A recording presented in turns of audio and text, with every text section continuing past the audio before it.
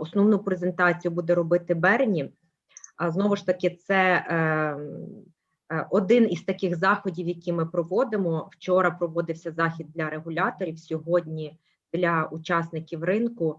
Ми заохочуємо вашу участь, ваші запитання. Будуть окремі перерви, Берні буде робити перерви для запитань-відповідей, щоб це не було все монологом, тому, будь ласка, включайтеся, ну, тільки щоб це було так, ну, в рамках тих, коли відведено запитання. І після моєї презентації ми так само можемо зупинитися на питання-відповіді, якщо у вас такі будуть. Отже, Антон, виведи, будь ласка, презентацію.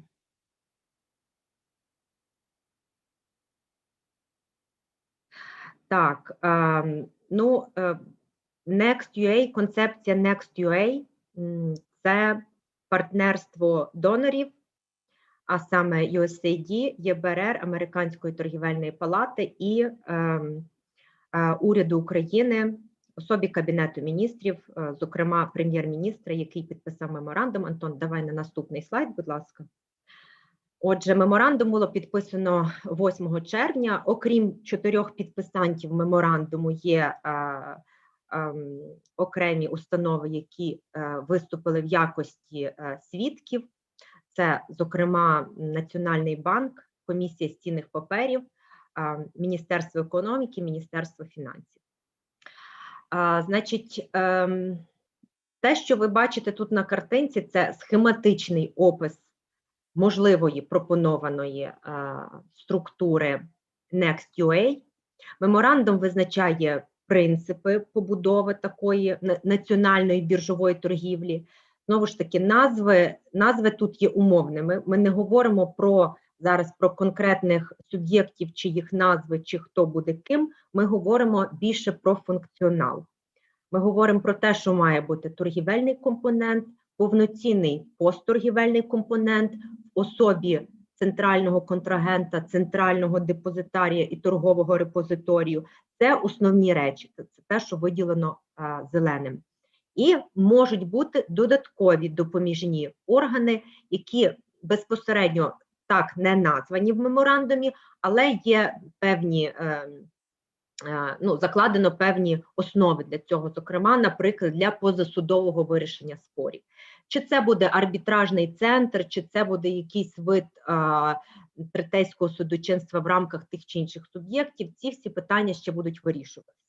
Тобто, ще раз, це ну, назви такі умовні для того, щоб можна було їх зобразити як цілісну структуру.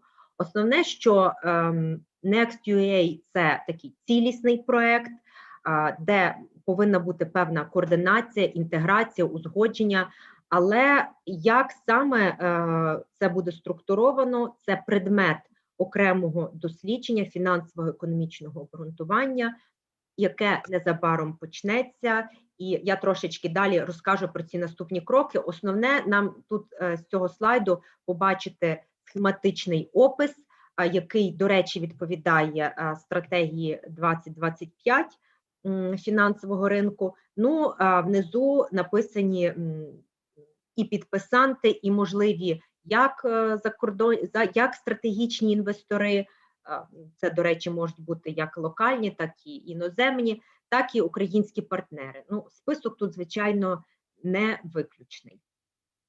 Наступний слайд.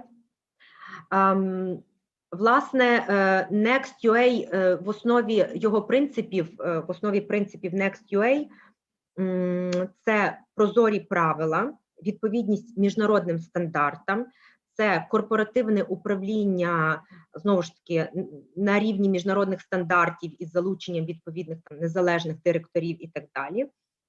Це незалежні і сильні регулятори, спроможні регулятори, в тому числі завдяки імплементації принципів IOSCO і підписання меморандуму IOSCO, який, сподіваємося, Україна прийде таки до цього кроку.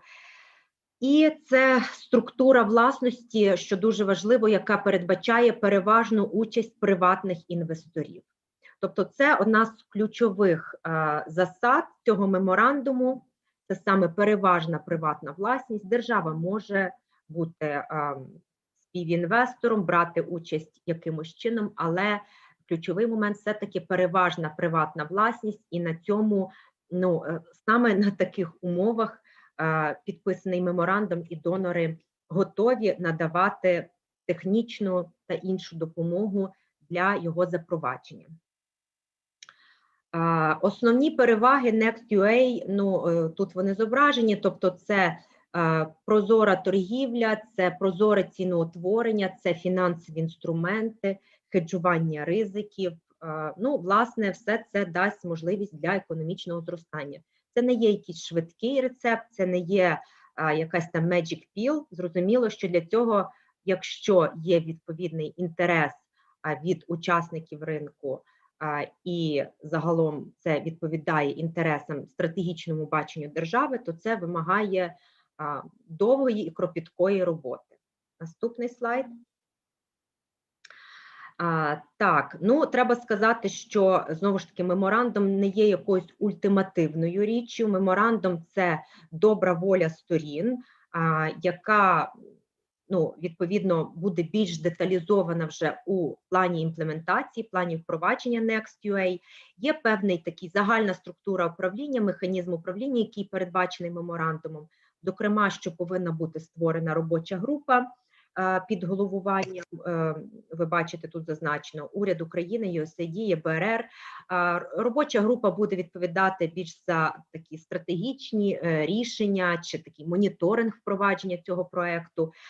Один з перших етапів, повертаючись до першого етапу, тут це техніко-економічне обґрунтування, це консультації із зацікавленими, фактично всіма сторонами, в тому числі і наша з вами сьогоднішня розмова, це також частина цих консультацій, окремі консультації, не знаю, там презентації, в якому форматі це буде проводитися, будуть відбуватися щодо самого техніко-економічного обґрунтування. І зрештою, процес, як наслідок цього техніко-економічного обґрунтування, консультацій, повинен бути вироблений спільно план впровадження Next.UA. Далі, щодо безпосередньо вже виконання цього плану, то це буде відбуватися за підтримки, зокрема, і проєктів USAID, нашого проєкту трансформації фінансового сектору, іншого проєкту енергетичної безпеки. Зрештою, там питання управління проєктом, це також будуть вирішуватися робочою групою, в якому саме форматі, в якому вигляді офіс, проєктний офіс чи певна така вже зовсім working group, яка буде займатися впровадженням цього проєкту. Це так загалом, якщо говорити про меморандум, тобто це те, що в ньому передбачено.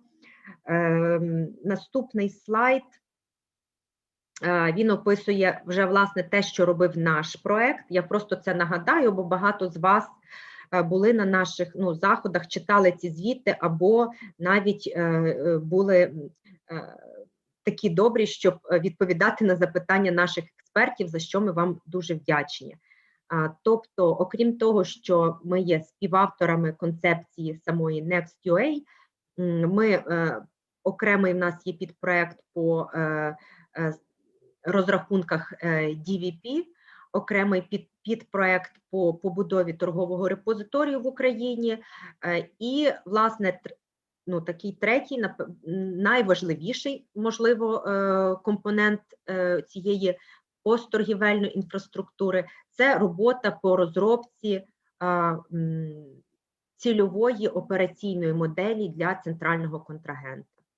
Це для чого ми зібралися сьогодні. Знову ж таки, це перший із заходів, де Берні представить результати своєї кількамісячної роботи в Україні, яка починалася з вивчення ринку, стану ринку, його порівняння з PFMI і ті рекомендації, які вона може нам надати в теперішніх наших умовах.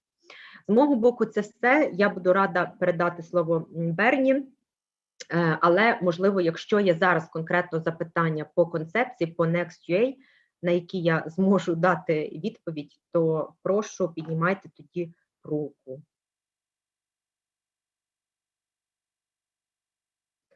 Антон, якщо ти будеш бачити підняті руки, бо я поки що не бачу, чесно кажучи.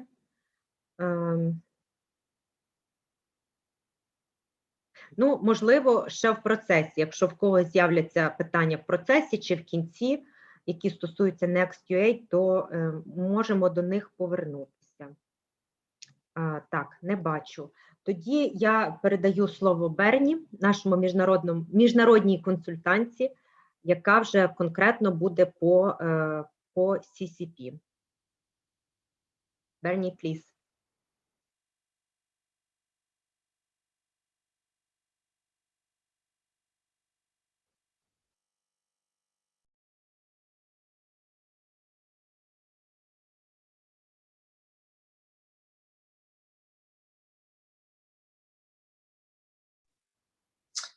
Good afternoon, everyone. We just needed to get me on mute there. Thank you all so very much for joining us today. I know it's quite a chunk out of your diaries today and tomorrow, and I've no doubt you're all extremely busy. But hopefully we can spend some good time discussing the benefits, the design, the construct, the purpose of a central counterparty. Over the next couple of days, we have quite a big agenda, and we'll get to that in a moment. But I'd like to take you through the role of a multi-asset central counterparty and how such a counterparty could operate in the Ukraine. So how can a CCP benefit the development of the financial marketplace in Ukraine, looking at how current risks can be addressed and or eliminated, and maybe how the introduction of a CCP can increase liquidity, increase trading, increase transparency, and the security of the overall market, referring back to many of the points that Yulia made earlier. And also looking at specifically from a participant perspective, how we can reduce costs, increase services, increase risk management across the end-to-end ecosystem of the financial markets.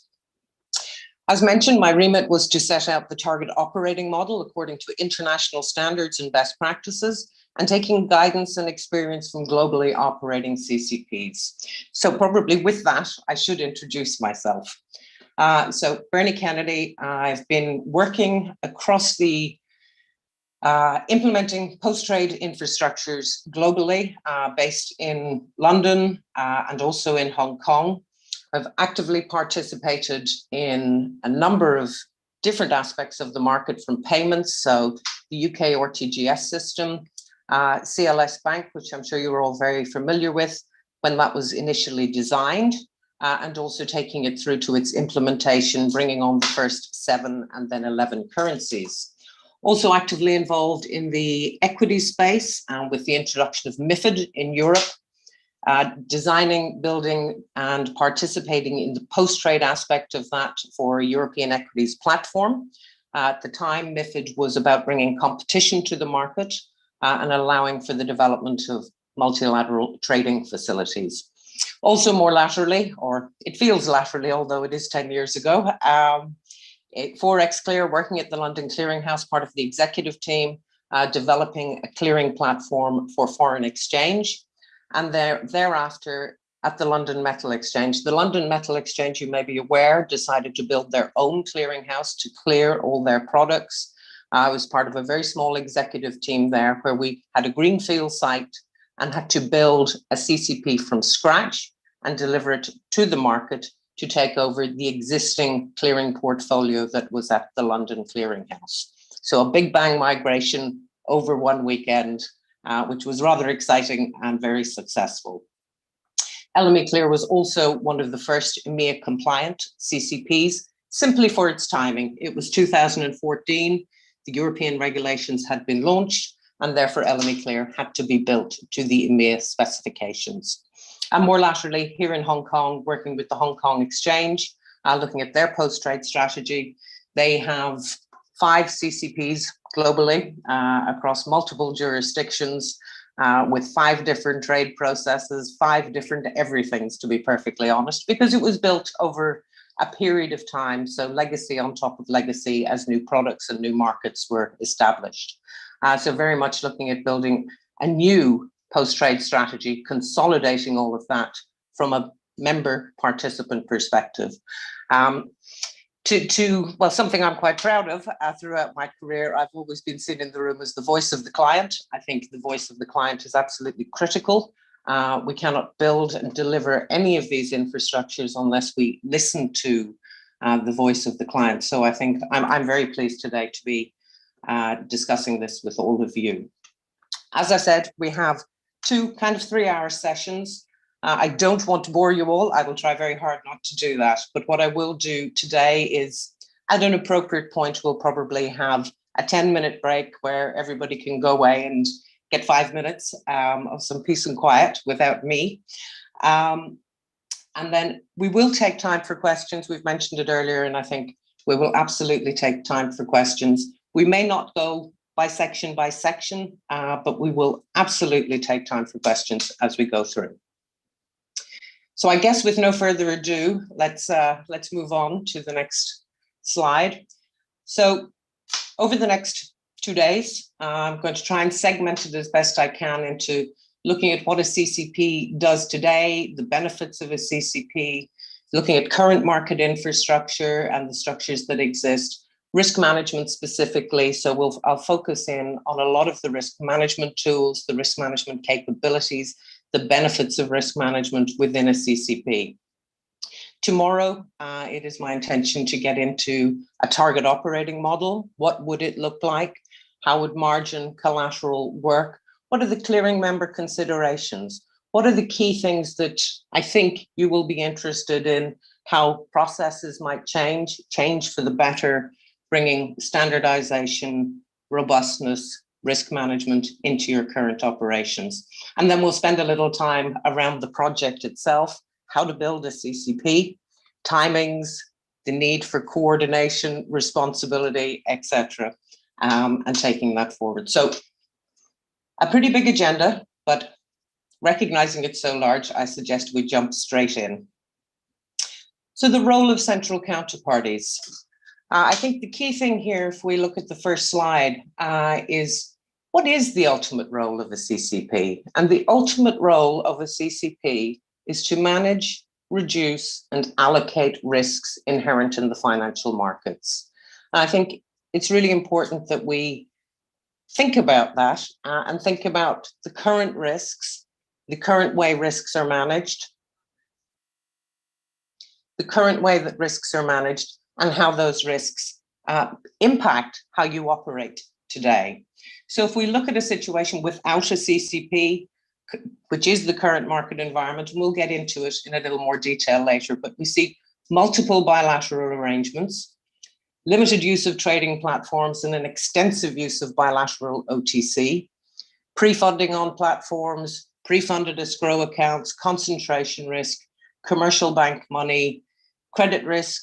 You all, day in, day out, you're looking at your counterparties, you're monitoring, managing as well as you can the credit risk that every counterparty brings to a transaction.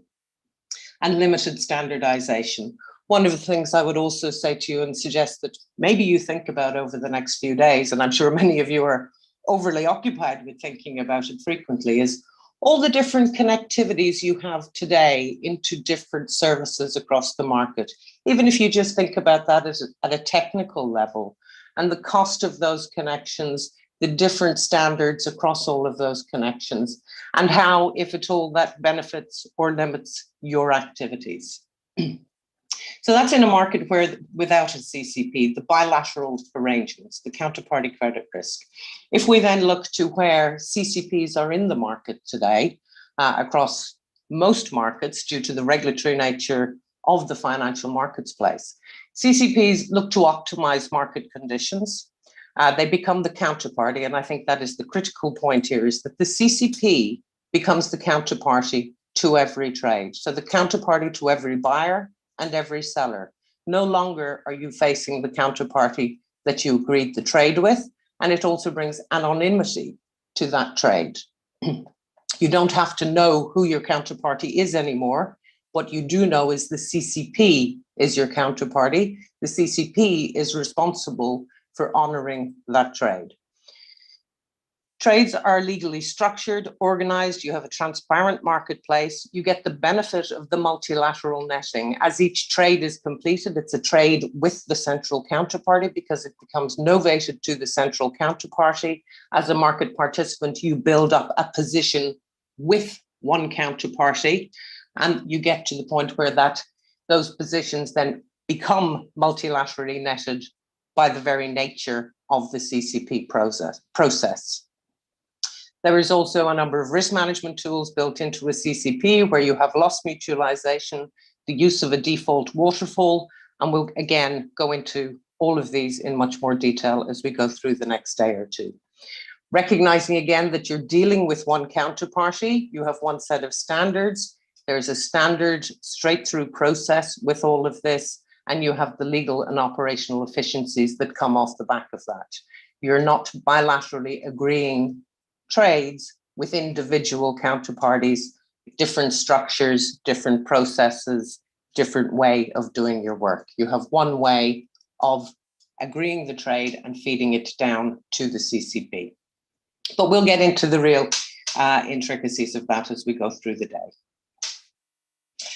So coming back to the raison d'etre then and looking at a CCP and its core functionality. Its core function in the market is to centralize and manage the financial market risks. It assumes the credit risk, it protects trading firms against default of buyers or sellers, recognizing that your counterparty is now the CCP. The CCPs then risk manage counterparties' positions directly with clearing participants, so they're managing the multilateral exposure. The CCP is aware of all the trades and all the activity and all the exposures. And as a result, when you think about trading that you do today in whatever asset class, there will be payment obligations, cash settlement obligations, and of course, obviously, securities being transferred. And all of these can be netted, whether it's the payment obligations, and that allows you to manage your liquidity better. You can understand your cash flows better because you can see them. You can see what's happening with every trade that you do, regardless of the asset class. You can see it segregated and the obligations that result. And again, it results overall in safer, more efficient markets. And what that does in reality, it allows you to trade more, it increases liquidity, it increases the transparency, and it increases the security. And what I mean by the security of the overall market is the risk that's inherent in the overall market. Financial markets, by their very nature, have risk. And what a CCP does is manage that risk in a secure, robust manner. So over the page, why CCPs? Well, you know, there's been lots and lots of academic writings and practical writings around the subject of CCPs. But overall, back 2008, I think the financial crisis really brought this into priority focus across the G20, where the mandation of clearing was basically all the G20 agreed that due to the financial crisis, due to the issues that presented itself in 2008, which was, in general terms, bilateral OTC trading, they mandated clearing through a CCP in order to stabilize trading and manage risk. So that was the purpose of CCPs and the mandation to clear through a CCP. And therefore, that is the raison d'etre. It operates to create efficiency and stability in financial markets, and it performs the function of clearing and settlement for both parties. They assume the risk of the trade, as we've mentioned, and performs the functions of clearing and settlement. They guard against the possibility of default and centrally manage that risk. So in most cases, we see that the risk in a bilateral OTC market is much more severe than when a CCP is involved. So why in 2008 in the financial crisis was clearing mandated? Well, if looking over the page, we can see that in the pre-2008 financial crisis, OTC trading was prolific. It was done on the phone. It was unregulated largely. There was no transparency. There was no view. Regulators could not see where the risk was, what counterparties had the risk, and therefore were unable to necessarily manage that risk and see what was actually happening in the financial markets. There was limited visibility. One may be able to see what one party was doing through obviously a lot of regulatory interaction as there is in the market, but could not get a full overall centralized view of where the exposures were and where the risks were. So the credit risk, the settlement risk, and the default risk, all leading to systemic risk. A domino effect, one large institution goes down, it cannot settle its trades. That impacts counterparties. Counterparties then are not receiving funds that they're owed. As a result, they can't pay. And so it goes on in that domino effect and systemic risk and brings the whole thing to a halt. And that was really where, out of the 2008 crisis, clearing was mandated as good as globally, and we'll get into that in what sense was it mandated across what asset classes. But Lehman Brothers really highlighted the issue. I'm sure many of you were around and went through many of the impacts that came out of the Lehman Brothers default. But what it really demonstrated the difference between was OTC transactions and cleared transactions. I give you one example there of the London Clearing House, and the London Clearing House has a huge service called SwapClear. It has grown immeasurably over the last 10 years, 12 years. But in 2008, LCH was holding 9 trillion in interest rate swap portfolio belonging to Lehman Brothers. Lehman Brothers went down and LCH managed to resolve that default without going beyond the initial margin that Lehman Brothers had provided. Later on today, we will get into the actual mechanics of managing a default, but it's worth just bearing in mind, 9 trillion of a portfolio. It was managed down by LCH using just Lehman Brothers margin. So it didn't use anybody else's margin. It didn't use the default fund. It just used the Lehman Brothers margin. So it's worth remembering that.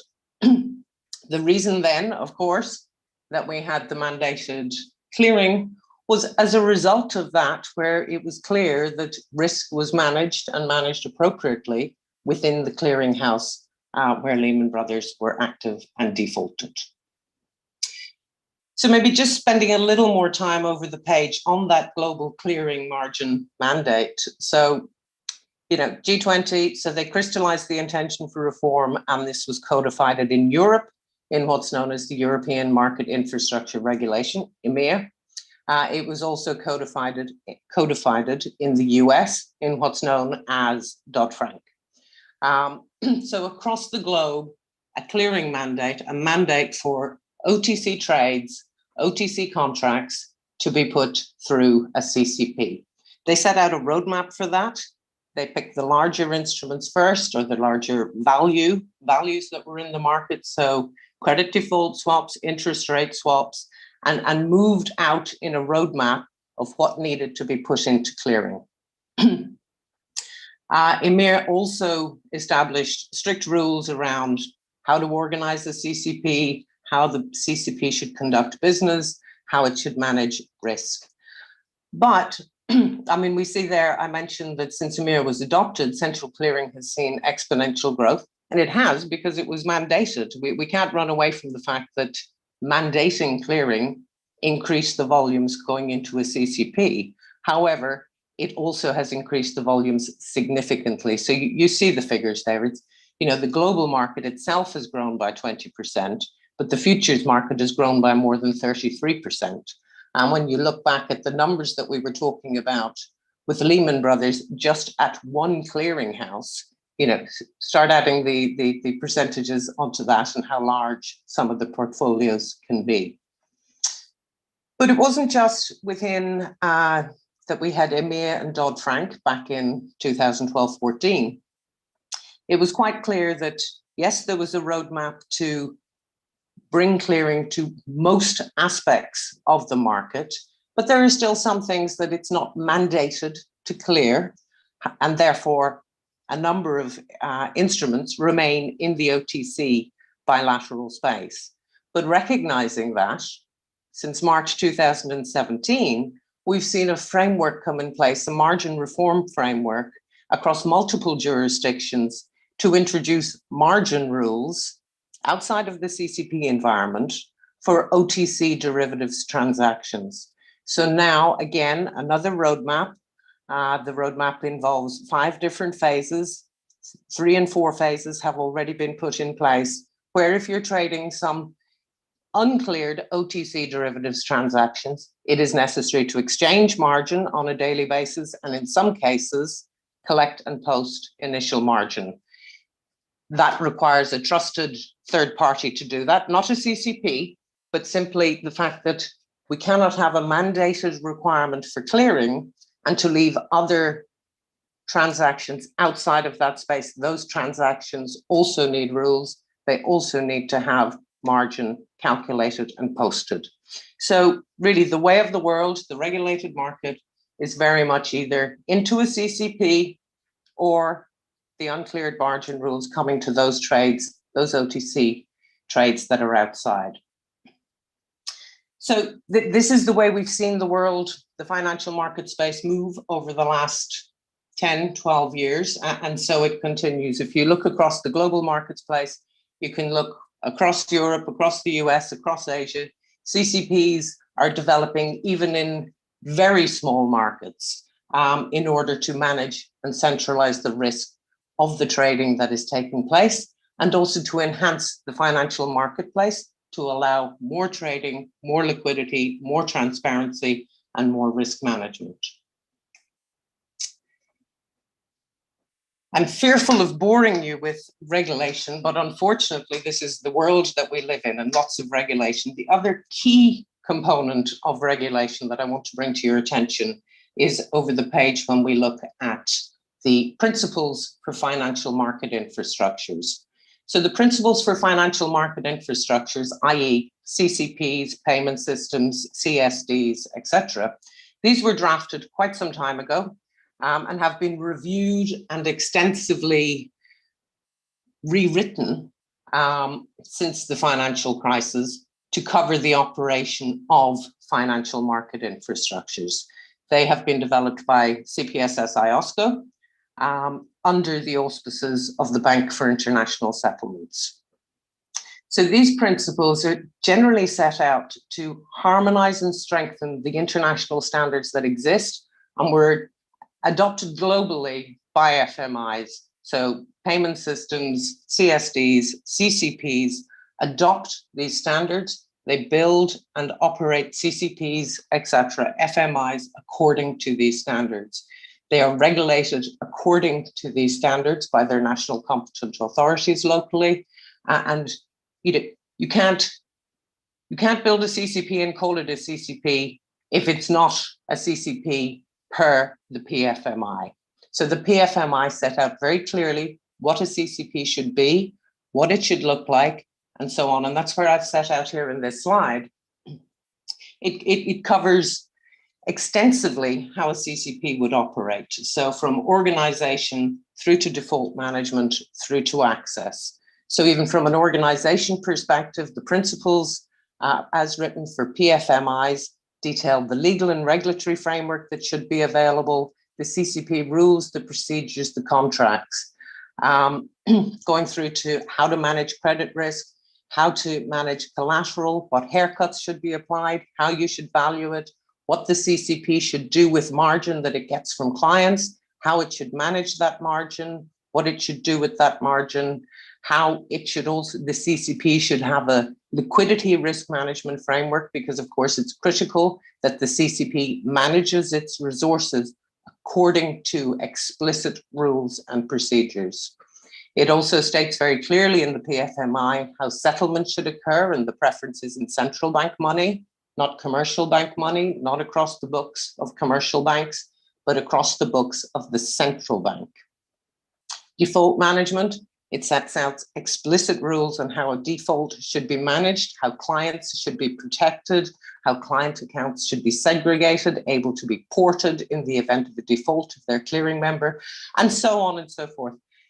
Very much at an explicit, detailed level. I mean, PFMI, I'm sure many of you have seen them. You know, it's a document of 140, 150 pages, setting out clearly what a CCP should do. Also, you know, as I mentioned, we're talking about financial market infrastructure, so it covers them end-to-end, payment systems, CSDs, but for today's purposes, I'm going to explicitly focus on a CCP.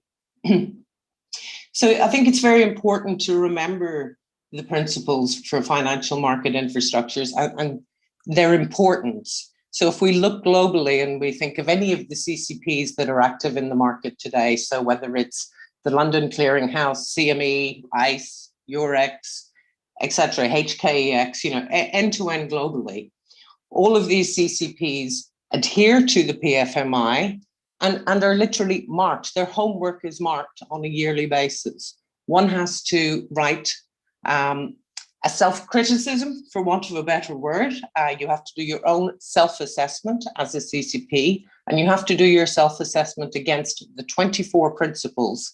And this is looked at by your regulator and by the competent authorities to ensure, and is checked to ensure, that your margin processes, that your liquidity management processes, that the legal and regulatory framework supports it. So anybody who then participates in these CCPs, they know that it is governed according to those standards. They know that trading and clearing through the CME is the same, in inverted commas, as clearing through ICE. You have the same support, protection, legal rules, collateral management, you know, all those basic principles. As a clearing member, you know that it's the same.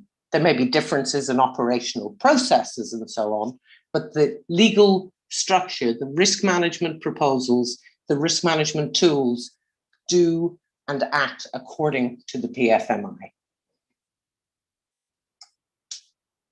So moving on to the next slide, you know, it's a constantly, not a movable feast. It's very clear what is required, but CCPs continue to learn all the time.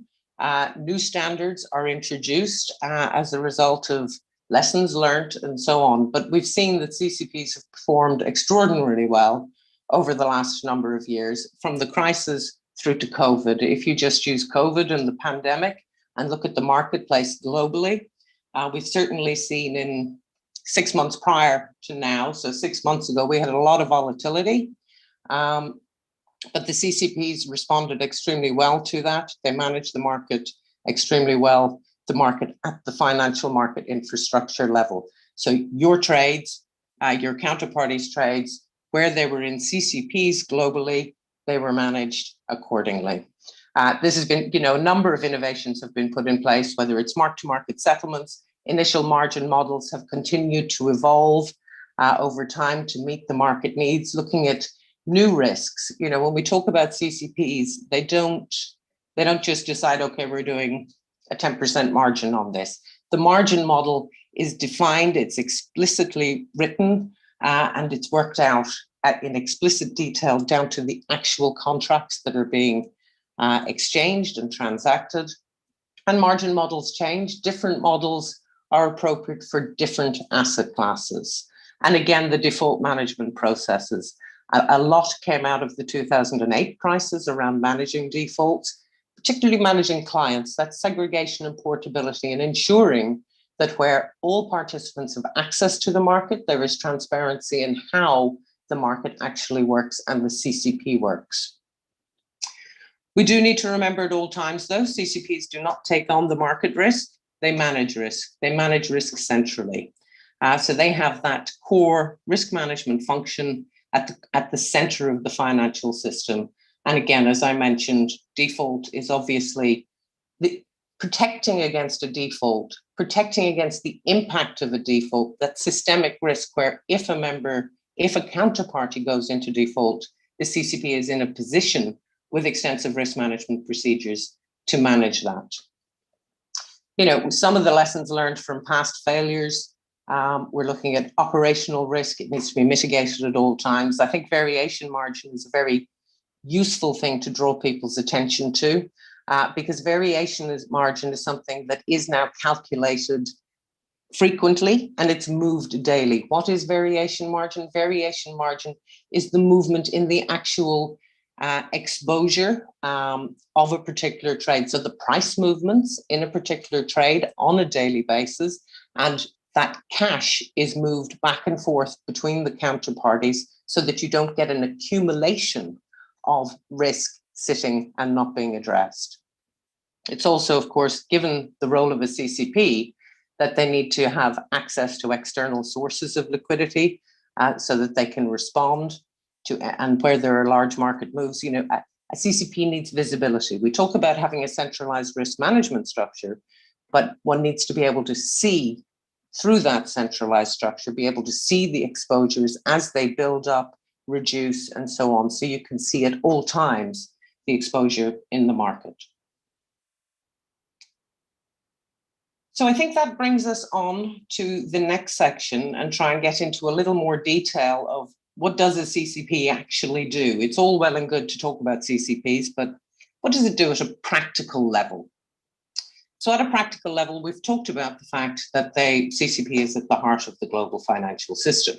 But what does it do? Well, it facilitates the movement of cash and securities. It takes on that role, going back to what we talked about earlier, to the extent that a CCP becomes the counterparty to the trade, it then moves the cash and the securities on the back of that, depending on the trades that we're dealing with and the asset classes we're dealing with. And it intermediates the exposure. So basically, in essence, CCPs, this market infrastructure, it's a structure of transparent rules, processes, and operational arrangements for just managing, reducing, and allocating that risk. So going back to that point of managing the risk between every buyer and seller, reducing that risk by multilateral netting, and allocating that risk in the event of a default management. And these are all the inherent risks that arise between participants, that arise day in, day out, trading in the market. So they're a crucial role in helping the economy and the financial markets to function. Over the page, I've given you a pretty high-level visual of the process. So looking at a CCP, an integrated financial markets ecosystem. So you have an ecosystem which is based on international best practice and integrated the CCP, working with the CSD, working with the RTGS, going back to that point on central bank money. So you have the trade execution and matching. Then that trade comes into the CCP, so post-trade position management. So trades come into each clearing member or their clients' accounts. They're allocated according to the details as the trade comes in. Positions then begin to build up. Those positions are risk managed. So the CCP is calculating the risk on it. It's got the prices, it's got the price data. It's able to evaluate price moves. It calculates the risk and the exposure on each of these trades. And as a result, it calculates margin on the back of the exposure that your overall position is bringing to the market. So not on a gross basis, but on your position. And it calculates the risk on the basis of your exposure consequent to that position and collects margin to support that. So the intention of that margin is that it would be sufficient margin to allow, in the event of a default, to close out those trades with the other counterparties, which means that the other counterparty does not suffer as a consequence of a default. It then moves on to pre-settlement management. So in the instances where it's cash settlement, whether it's on derivatives or securities, DVP, or simply a cash settlement on the back of a future or forward, it calculates those movements and it initiates and resolves those settlements on the back of a process of payments. And then, of course, trade reporting. Trade reporting was mentioned earlier, and that need to report trades, that requirement, a trade reporting requirement, the CCP has all the detail. It can complete the appropriate reporting of transactions. And then, as I mentioned, you have the settlement piece coming off the back of that, either securities instructions to the CSD and custodians, or cash payments to settlement banks. So maybe just looking at it in a different way, how does it look then in a target operating model of an end-to-end integrated ecosystem as per the PFMI when we think about the ecosystem and managing the ecosystem?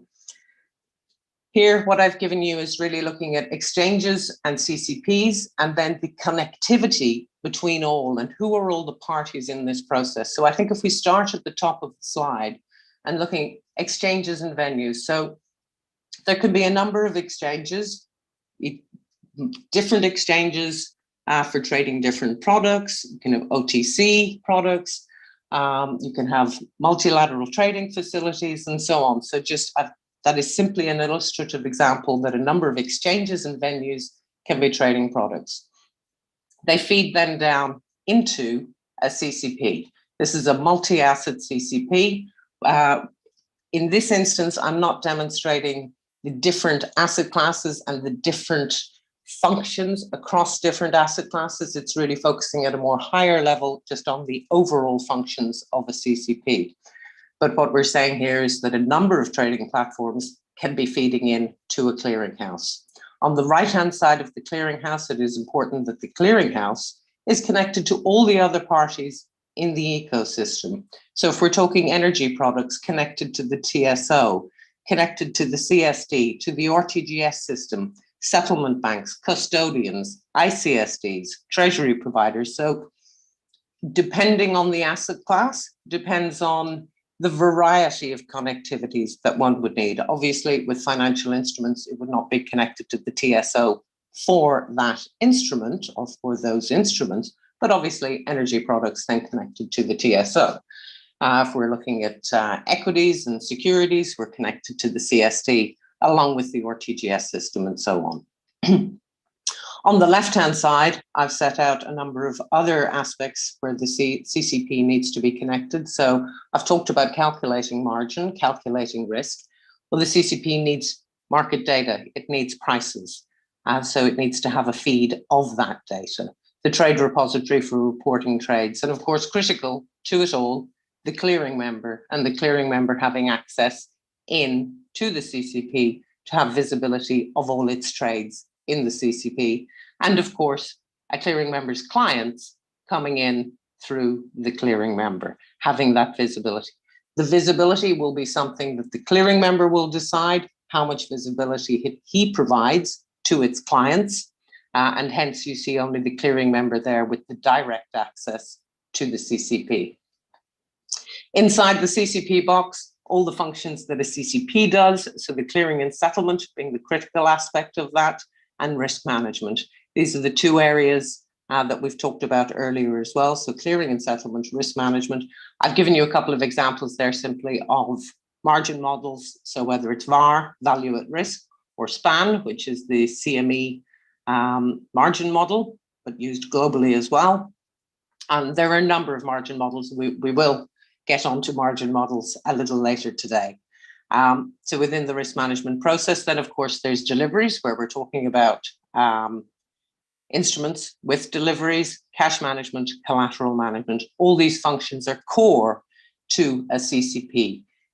Different aspects, and when I say different aspects, all of this is foundational. All of this is critical to the fully functioning of a CCP.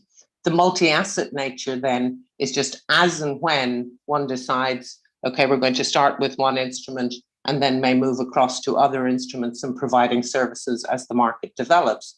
But regardless, you need the core functionality, the clearing and the settlement, the risk management, the cash management, collateral management, and deliveries. We need all of this as the core key foundations of the CCP. Looking over the page, and when I've mentioned a little about the multi-asset nature of CCPs. So what products are cleared by a CCP? There's a rare product that's not cleared by a CCP when we look at, the functioning of the financial marketplace. So across equities and fixed income and derivatives. Some CCPs focus explicitly on doing some things. Other CCPs are multi-asset when we look across the global CCP environment. So the spot and forwards market, exchange traded contracts, OTC contracts, one can still continue to do an OTC traded contract, but it still feeds into the clearinghouse for clearing. So there's a multitude of products and different ways of executing the products, but ensuring that they all come into the CCP and are treated appropriately when they come in to the CCP. You cannot just turn up and deliver everything to a CCP. We need to take it by asset class, by priority, and start that process and develop the market, the principles, the operational procedures as we go through. So over the page and the characteristics of a CCP as a target operating model for the Ukraine. So based on, as I mentioned earlier, based on the models that exist today, according to the regulation globally across the market and the PFMI. This is what a CCP should look like if one was to take on board those requirements. So it would be an end-to-end trade processing with an interface to real-time risk management. Batch processing, end-of-day management does not allow you to risk manage on a real-time basis. It's end of day, you cannot see the exposures. We've seen over time how batch processing is very much yesterday's story, and real-time risk management is very much today's story. Having that robust risk management framework, and what I mean by that is really having clear policies that are available, that all participants can see the detail of how the CCP works, how it calculates risk, and you know, those clear policies look at how does it evaluate the risk, how does it manage the risk, and so on. So they need to be worked out upfront in detail with clearing participants. This is a joint process to ensure that everybody understands, and also then allowing members access to see their risk. It's all well and good to, you don't want to put everything in a black box. You want to see it, you want to manage it. If you're providing services to clients, you can look at each different individual client account. You can see the risk that each of your clients have at the CCP. So you can control and manage that overall holistically, see it all in the one place. The CCP will calculate margins and prices in real time, providing a latest view of market behaviors. Risk models are by asset class, as I mentioned. I put in portfolio margining here because I think it's worth bearing it in mind. As a CCP develops and evolves, it is possible that across asset classes, there are appropriate correlations and risk management activity that can be done. When we talked about earlier, I mentioned positions building up within an asset class, and you get the multilateral net effect of that. It is possible also across asset classes that there is a portfolio margining function which allows your risk to reduce further, and as a result, your collateral requirements to reduce further. It's fair to say that Eurex has developed this model quite well and quite efficiently, just given the asset classes that they serve and the correlations between those asset classes. So that's something for the future, but something that one can get to as one builds up a multi-asset CCP. Also, the CCP needs to be able to manage any default swiftly and efficiently. And it's worth noting that the CCP needs to have the power to do that. It needs to be able to react quickly, and it must have the tools at its fingertips to react quickly in the event of defaults.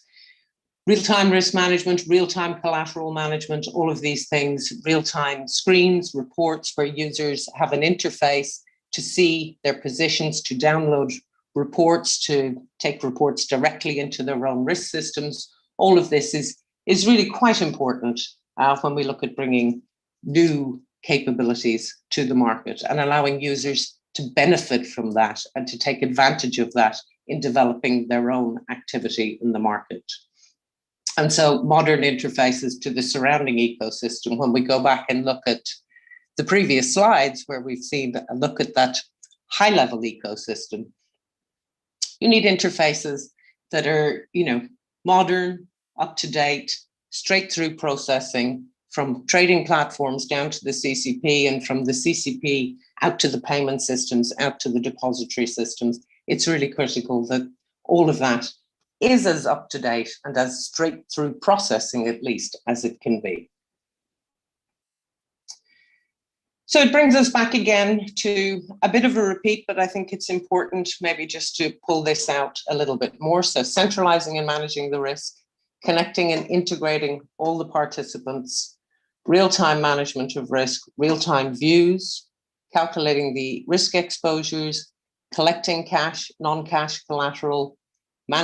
This allows users to see their own status and that of their client status, and allows users to calculate risk on a subset of portfolios. So again, if all the data is in the one place, you can manage that and slice it and dice it, quite frankly, as you see fit, in order for you to manage your business on the back of that.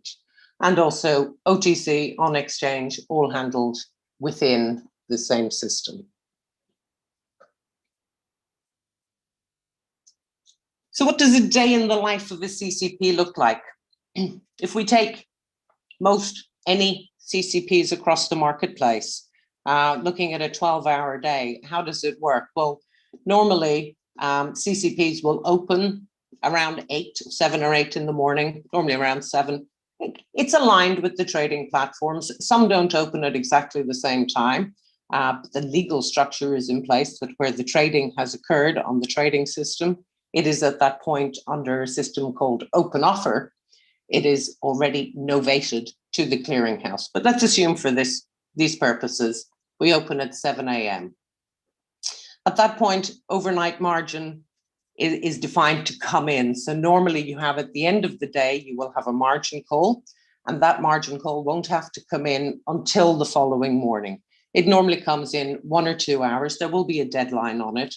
It comes in 1 or 2 hours after the system opens. So the overnight margins are coming in 8 or 9 o'clock in the morning. All the trading that is going on the trading platforms are feeding in constantly and being risk managed. So you've got the trade input and risk management constantly ongoing. Trades are being accepted, pended, possibly. Maybe there's a reference data issue with the trade, or possibly even rejected, subject to the reference data.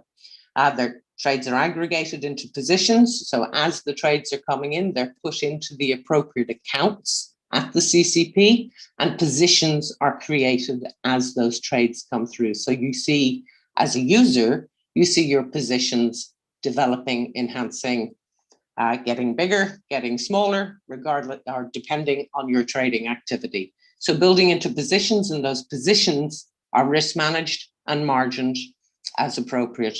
There will be rules within the CCP that says, we're not going to margin you, there won't be intraday margin until maybe the afternoon. So again, rules are put in place, and all clearing members throughout my 25 years, it's like real-time risk is wonderful, but I don't want real-time margin calls, and nobody does. Of course, you don't want to have calls on margin all the time. And that's where the risk management processes come into it. That's where you have individual risk experts that are understanding the exposures. They can see the exposures. They understand their clearing participants, because you have to go through a detailed admissions process, and risk policies are developed on how you manage intraday margin. So most CCPs will have a middle of the afternoon, 2 o'clock, 3 o'clock, potential margin call. They will have the ability to call margin depending on the risk exposures and subject to specific criteria around the risk exposures. Throughout the day, again, you're of course recalculating margin and collateral holdings as against risk exposures. Participants have the dashboards in order to analyze activity, evaluate their risk and their positions. Then it comes to the end of the day, normally around 5 o'clock, system closes down. There's one final recalculation of margin requirements, and then that's the overnight call that will go out that needs to be paid in for the next morning at 8/9 o'clock, depending on the rules. So it's that's your 24-hour process with trades coming in from 7, managed throughout the day. Intraday margin calls are normally met within an hour. That's normally the rules, but sometimes it can be within 2 hours. Again, these things are not, it's not set in stone and in the regulation. That comes down to the individual markets and the rules that are agreed in individual markets where the CCP is active. So again, intraday margin calls, calculation, funds come in within a defined time, and you get to your end of day and closing. Throughout the day, participants have access to their positions. They can see their risk exposures. They can see their clients' risk exposures. They can see their collateral. And therefore you can anticipate, because you know you will be planning what you are trading. Some trading is obviously not necessarily planned as a market develops, but you can look at it and you can say, okay, well, what happens if I do this trade? What's it going to do to my margin at the CCP? And you're able to calculate that because you have the visibility of your positions, and you can do that throughout the day. Or you can see what your client is doing. And you will have arrangements with your client on how you manage your client, but you will have full visibility of that to allow you to manage your client in detail as well. So moving over the page, and we look at trade management processes. So every instrument, obviously there is a trade life cycle, and how is that trade life cycle managed within a CCP? So every instrument is associated with a variety of trade events, obviously with options and premiums and so on, or expiries and exercise, or with derivatives, give ups and so on. So there's different trade events occur with different trade sets. But trade acceptance, there will be trades are accepted and validated. There will be format rules, round trades, business rules, sometimes even on trade price. Trades are allocated to the defined accounts, as I mentioned, to those position accounts, whether it's a house or a client account, and added to positions, and positions updated constantly. Margin calculated on a real-time basis and compared with the value of the collateral that will be posted. If there's insufficient collateral, as I mentioned, there might be a call, there might be a margin call, a collateral call, subject to defined criteria. Then you have the trade functions. There can be trade allocations, trade splits, give-ups, option exercise, all of these processes, depending on the asset classes within which the CCP is active, the CCP will manage those processes. Positions are maintained across all accounts and therefore subject to all those management functions, position transfers, and we have position transfers. People talk about position transfers a lot in the event of a default, which is absolutely true. Moving positions, particularly client positions, you have position transfers. But quite often institutions may want to move positions within their own account structures, and the CCP will allow you, either the CCP will do it themselves on your behalf, or you will have the functionality to be able to move positions subject to explicit rules and criteria. And then, of course, expiry events. Any instruments that expire, again, the CCP will have built-in processes to manage that, create the settlement instructions, and so on, depending on the instrument. So it's probably worth looking into then the participants involved and how the account structure is set up for within a CCP. Now, again, this kind of comes back to, if we're looking at an EMEA type setup, then EMEA sets out again very clearly what account structures should be available. It's worth noting that there are clear responsibilities on a CCP on how it should set up its account structures, to the extent that it needs to allow access to clearing members, and clearing members having their account structure, and then allowing a clearing member to provide a variety of different accounts to their clients. What's important to remember here is that the CCP is obligated to provide a very flexible account structure, but a clearing member will decide with its clients what account structures they will give to their clients. Clearing members will have different value propositions to give to different clients, and they will decide between the clearing member and the client what account structures they will provide to the client. But what's important is that the CCP needs to provide a vast, flexible account structure. So just running through the type of clients here on this slide, so you've got the CCP, then down to the clearing member. So it's the clearing member that has the direct access to the CCP. The clearing member is the entity, that goes through the membership criteria, proves its salt, for want of a better word, and becomes a direct clearing member at the CCP. They are responsible for all the financial obligations that arise from its participation. And when I say that arise from its participation, that arises from its participation as a clearing member, or that arise on behalf of it being a clearing member for other clients. So it is the clearing member that is responsible. The clearing member then can decide if they want to provide services to clients, and they can provide client accounts to those clients. The client has the contractual relationship with a clearing member, and then that allows the client to get the benefits of the CCP. The clearing member will decide how to charge clients. That will be very much within the clearing member to client contract. And as you go up further then to indirect clients, clients may have clients that they want to provide services to. So again, the CCP provides the account structures, and I think it's probably worth looking over the page. And you can see that the flexibility can get quite complex from a CCP perspective, but again, a clearing member with its client will decide what kind of structures they provide. Now, I do go into detail a little later on the definitions here, but it's probably worth just spending a little time. So CCP clearing member. So the clearing member can have on the left-hand side there, its house business, its own business in a house account that builds up into positions that is then calculated into margin and then held in a collateral account, a margin account. But then if we look on the right-hand side, the clearing member has clients. So what kind of accounts can they provide?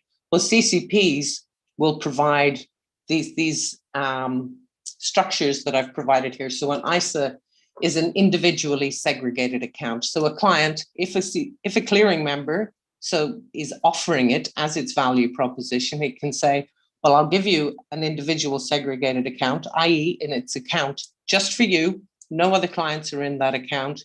It is just your account with your positions and your margin.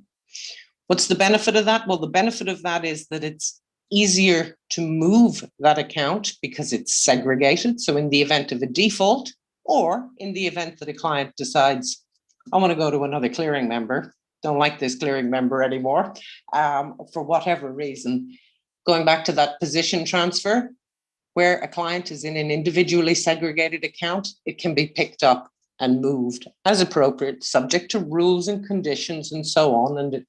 But it can be moved to another clearing member, either in the event of a default or in the event of just normal course of business and changing clearing members.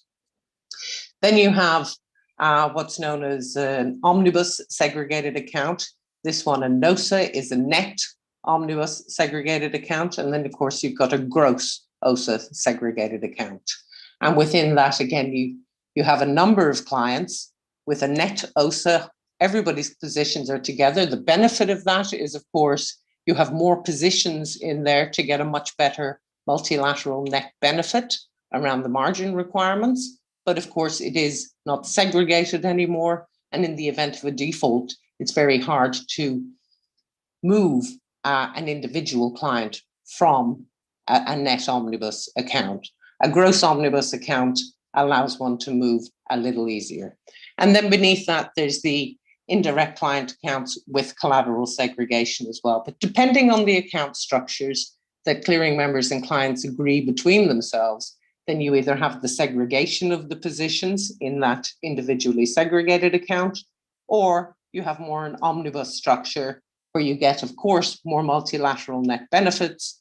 And that's where, if we come back to EMEA, there's the requirement to provide all these accounts at a CCP level, but a requirement as well to set out very, very clearly the differences between all the different account structures, the benefits of those account structures, the impacts of those account structures. So the whole transparency and disclosure requirements under EMEA require that it's very, very clear to clients what structures are available.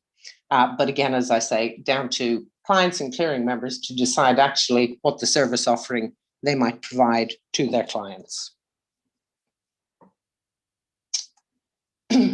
So it kind of brings us full circle back to the advantages of central counterparties. So multilateral netting, reducing the overall exposure in the market, loss mutualization, standardization, capital reduction, legal and operational efficiencies.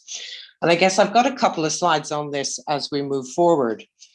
But I guess it's, again, I'll just move back a little bit to where we were, or some of the comments I made earlier. And you look at these benefits and it's like, okay, what does that mean to me? And I suppose I would encourage you all to kind of look at these benefits and then look at what you're doing today and look at your cost models.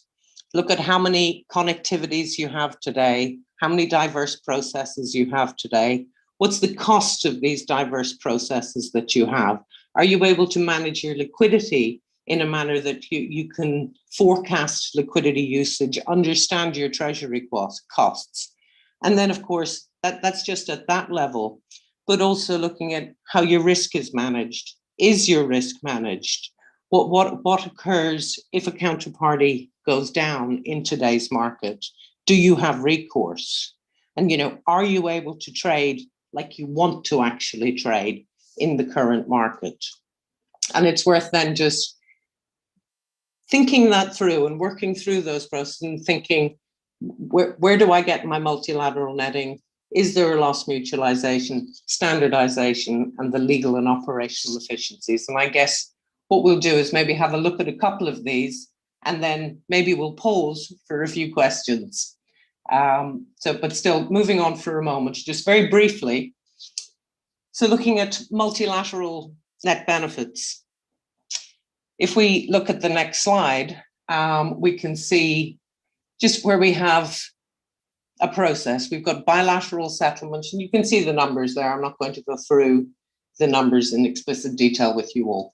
But you've Bank A, B, and C all doing individual trades with each other. Whereas CCP is in the market, the CCP is interposed with the gross positions initially, and you can see those trades in that instance. And then you see the CCP interposed on the right with the net settlement. So all of a sudden, you've gone from a variety of different trades down to 3. As you can see that open long positions will be offset against the shorts, and you get that netting. In the above example, you can see the settlements are compressed, so the number of trades have been significantly greater. They've been reduced. It gets compressed. Credit risk exposures significantly reduced. On the risk management side, with the CCP being the counterparty to the trade, you have the CCP taking on the credit risk, so the probability of a participant's default, and managing that, the market risk, and the CCP limits the contagion by interposing itself. So you're removing that aspect of the systemic risk between the counterparties by interposing itself between the players. Looking at standardization over the page. So what kind of benefits can we expect a CCP to bring in a PFMI environment? So where a CCP is built according to the rules and procedures as dictated within the global financial markets. So it's got beneficial standardization, and you look at the products traded through a CCP, you have standardized contracts, you have pricing models that are transparent, you have operational procedures, whatever that might be, from netting to collateral, to payments, to communication. The procedures, they're defined and they're standardized. Will they cause change? Yes, they will. Will they bring beneficial change at a standardization level? Yes. And legal procedures, again, it's one process, a legal structure that everybody is aware of that works, which is standard, transparent. Its impact, of course, it allows more counterparties to trade in certain products, and it also, there's a reduction in that whole asymmetric information. So it really brings a lot of those standardization benefits rather than diverse processes end to end across different products it allows you to bring together a standardized model that everybody knows, can see, and operate within. At a legal and operational level, so you have defined and agreed settlement processes, again, going back to that point of a standardized structure. Collateral management services, again, defined and transparent. The rules, the mechanisms, all detailed, documented, and it's one process. It's a number of processes, but it's one end-to-end process that everybody's using, that everybody's clear of, that there's not diverse, different activities, even within asset classes. So you have that transparency and clarity that also that it is a regulated and governed infrastructure. And you have the ability, one of the core things here, to deal with one counterparty as opposed to the multiple counterparties. That brings us to current market structure. Now I will take advice and guidance, if I may, from Julia. Do we want to go through current market structure and then take a break, or how would you like to?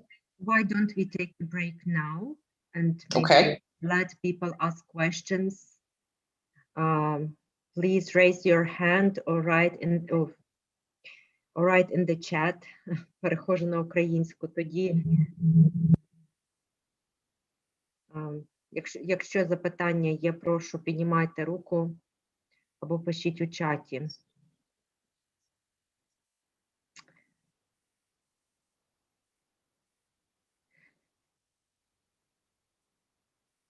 Бо якщо ні, то будемо... Well, maybe shall we take a break here then for 10 minutes, and what we will try and do is, recognizing the timing, I will try and get to the end of the next two sections, so that then we can open up, maybe have 15 minutes at the end and make sure that we hold those 15 minutes so participants can prepare. Let's come back at 3:30. Let's come back at 3:30. Yes, it's like 7 minutes. Is it fine, Bernie?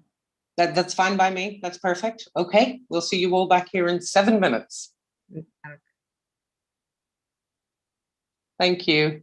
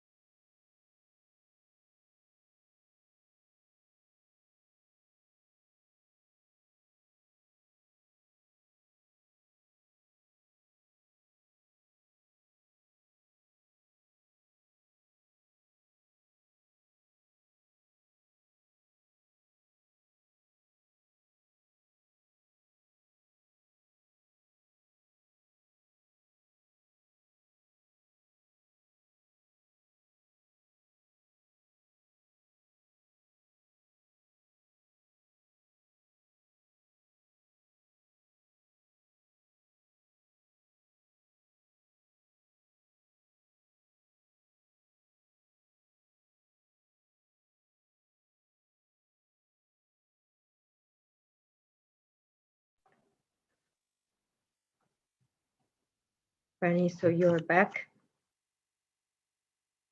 There is one question here. Maybe we can answer it now. You can answer it now, and then we move on. The question is, when do you think, sorry, I'll switch to English. When do you think we would have a genuine CCP in Ukraine? Is that for me? Yes. When the market, Ukraine PLC, decides that they are not comfortable with the risk that exists in the market, which at a personal level, I would agree it should happen sooner rather than later. As CCP, we'll see in some of the slides later how long it takes to build one. So it takes a couple of years to get us with all the participants, all the ecosystem connectivities, and to get the processes and procedures in place. You're looking at a couple of years from when you actually take that decision, we're going to go do this. It takes a lot of work, it takes a lot of effort, but it provides significant benefit and a significant reduction in risk. And I guess we're about to move into current market structure, and hopefully that will kind of ring true with a lot of participants, and you'll see that a lot of things can change and can change for the better, but it requires an enthusiasm and a recognition of a need for change to allow you to access your market in a much better way and bring a lot more benefits to the environment.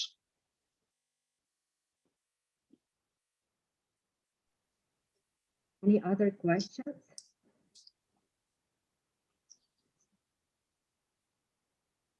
At least not now. Seems like everyone is listening and just trying to grab all the stuff that you're telling. Okay, let's move on then. Okay, well, I hope everybody is staying awake and that I'm not boring you all to death. I would encourage you to think of some questions so we can have a bit of a discussion towards the end of this session today. And of course, we have a lot more material to go through tomorrow. So hopefully you will come up with some challenging questions, and I would encourage you to. So maybe moving on then to current market structure. So over the last couple of months, I think, as Yulia mentioned, I've been looking at this space and looking at how to bring a target operating model to Ukraine and the benefits that a CCP would bring to the market. And in order to do that, it was very important to look at the current market structure and what exists there. So if we move on to the next slide, so through, I would say, end of January, February, March, I spent quite some time talking to various participants across the market. And although it was quite clear that a number of participants didn't have experience of working in a highly regulated environment, and when I mean a highly regulated environment, take that to mean an EMEA type, a Dodd-Frank type environment with mandated clearing of instruments and so on. So a lot of participants didn't necessarily have that experience, but at the same time, very much welcomed the developments that had taken place over the last while in Ukraine. So for example, I mentioned a few here, the technology and business process upgrade at the NDU. That was certainly quite welcome from those that I spoke with. The whole idea of consolidating services was very much welcomed because, of course, when you've got two different depositories, you've got two different connections, you've got two different cost mechanisms, it's a costly process to connect to two different depositories that are providing a similar service where it could be consolidated into one. So there was a lot of enthusiasm at the idea that the services may be consolidated. The repo project at the settlement center, certainly those that were active in the space were very keen on it. It was very much starting to have a look and feel of risk management with risk management tools. And of course, an instrument that was being managed appropriately for members of the market who wanted to participate in repos. Again, the liberalization of foreign exchange controls, very much welcomed. The idea of getting access to central bank money for settlement purposes, for all the settlements, again, enthusiasm. And then, of course, the latest developments that have been going on within the Ukraine, looking at the new derivatives law and the developments in the capital market strategy. So there was quite a bit of enthusiasm, but we did spend a lot of time as well talking about processes today, how current processes work, issues, benefits, and so on across the current processes. So my next couple of slides really focus on that. And really the first one here is my takeaways from having done that review. And very much the post-trade infrastructure in my review of it did little to protect financial counterparties.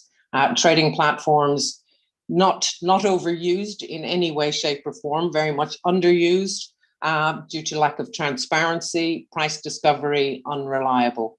The clearing and settlement and pre-funding created a stranglehold around trading and around liquidity. And of course, the bilateral agreements leave participants open to the frequent risk of counterparty failure. It was clear that a number of financial intermediaries are working within the complexity of the market, but not actually taking any of the risks within the market. So the risks remain with participants, although intermediaries were working within the complexity of that market. So really the simplification of the market structure, the implementation of international standards and best practices, bringing in robust risk management tools with a legal enforceability around standard concepts within the financial marketplace would simply allow more competition, less bilateral complexity and risk, allowing more participant access to the market, and then, of course, the opportunity for players to provide access to a robust and regulated market where you have clear, defined rules of access, defined rules around processes and operational procedures, and that legal support behind it, which I think is critical. So maybe just jumping into a couple of areas in the market, just a couple of high-level comments around the different areas of the market. So if we look at observations in the securities settlement space on the next slide, we can see that trades are generally settled through book transfers. It's rarely settled in central bank money across SEP. If we can turn to the next slide. There we go. The settlement life cycle, it's not interconnected. Information is processed, handed off to the next actor in the chain, increasing points of failure and inefficiency. And of course, then you have the pre-funding model. The pre-funding model really stagnates one's ability to trade. It's only a defined net value that can be traded. It limits the opportunities. It limits market depth and liquidity. And it limits overall market growth, and frankly, any incentive to foreign players and their participation. It really does stagnate trading and restricts it end-to-end with a pre-funded model. That's within the securities settlement market. Then if we look to the next market, looking at observations in the energy market, very much, although we have the pre-funding on exchange, which does exist, but you know, pre-funding, I've mentioned, and I've mentioned the issues around pre-funding. The issues around pre-funding from a market participant perspective, where your liquidity is tied up, where you do not have access to trading as a market participant. So you have the pre-funding issues, but then much of the energy trading remains in the bilateral OTC market. We've talked about the bilateral OTC market. Settlement, it remains subject to the vagaries of bilateral settlement, failure of delivery, failure of settlement, counterparty credit risk, all of the issues that come with a bilateral OTC market. Different processes, different standards, depending on your counterparty, and so on. The use of escrow accounts also appears to be becoming a lot more prevalent. And I guess there's some key issues around that. So the access that parties have to the funds in the event that the trusted third party is declared insolvent, or other action that impacts a trusted third party. So credit and concentration risk on the provider, how is it monitored? How is it regulated? What in the event of a default, what recourse exists for the parties? So there's a number of potential shortfalls within that model, which particularly around the level of risk that the market faces, the concentration risk in that instance. And that's in terms of entity exposure, resilience options, and lack of legal security and recourse. And I do question how systemic this risk really is. I think it's a very important area that one should really be paying an awful lot of attention to. Again, moving across to just general, I say OTC derivatives market. I think that is that's a rather broad term, maybe for the market that exists in the OTC derivative space, but it does exist. It's there. And of course, the OTC market operates with limited adherence to market standards and best practices. I've said before, I don't want to bore you, but unfortunately, we end up going back to some key issues that are just very prevalent in the marketplace, and OTC bilateral contracts is one of them. And again, we have the issues with that each party being exposed to the counterparty risk and must manage it itself. Nobody else is managing anybody's risk other than you. Customized bespoke derivatives contracts. It limits the fungibility of the instrument. And of course, there is issues of original counterparties or larger counterparties taking advantage of their positions and unfavorable terms. Liquidity in the OTC market is markedly lower very often than liquidity on exchange traded products. And OTC derivatives, again, we've mentioned it before, the transparency, the difficulty to observe the risk that counterparties are exposed to.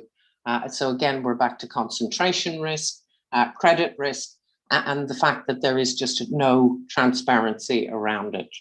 So as a consequence, participants have to assess the credit worthiness of counterparties. They must act on those assessments. They either make trading, the trading decisions are different, obviously, because you are dealing with individual counterparties, and both remain at risk throughout the life of the contract for non-performance with little or no remedies.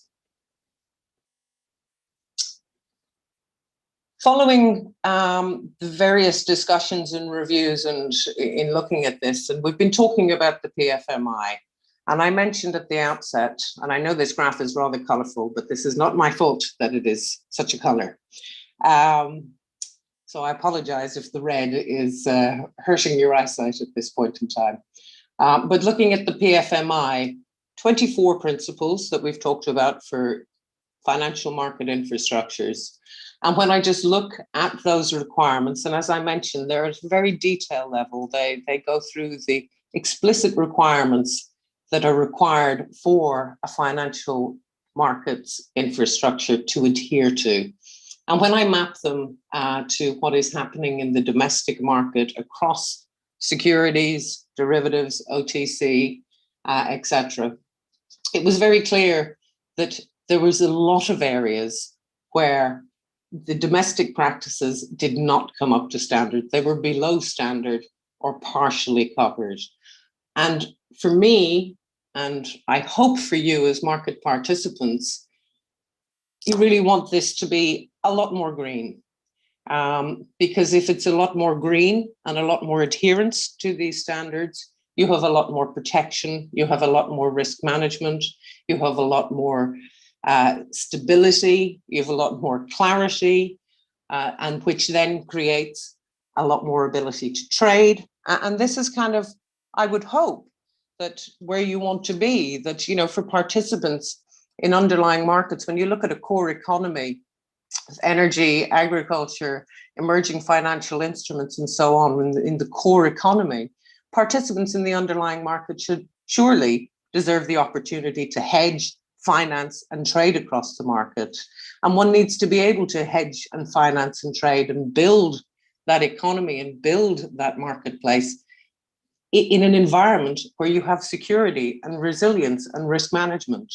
And that's really the core purpose of the PFMI, is to set out those requirements of the market infrastructures to ensure that participants are as safe as they possibly can be as they participate in the inherent risks in the financial market. So that is the purpose of the principles. And I think it's kind of there in black and white, or there in yellow and red, as to how the domestic marketplace currently adheres to those standards as they've been set out.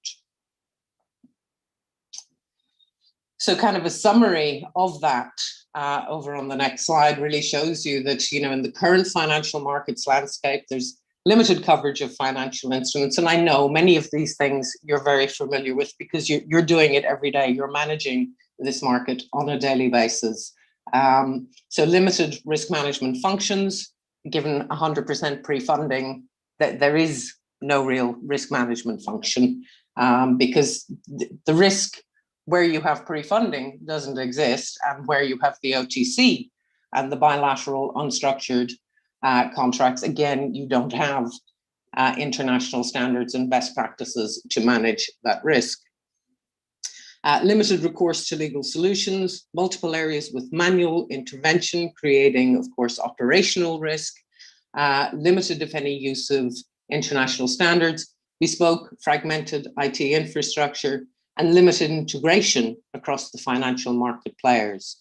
Certainly in my discussions, the amount of reports that were just moving from one area to the next area to the next area really demonstrated a significant lack of integration across the financial market players. So with that in mind, oh, a spelling mistake, risk management.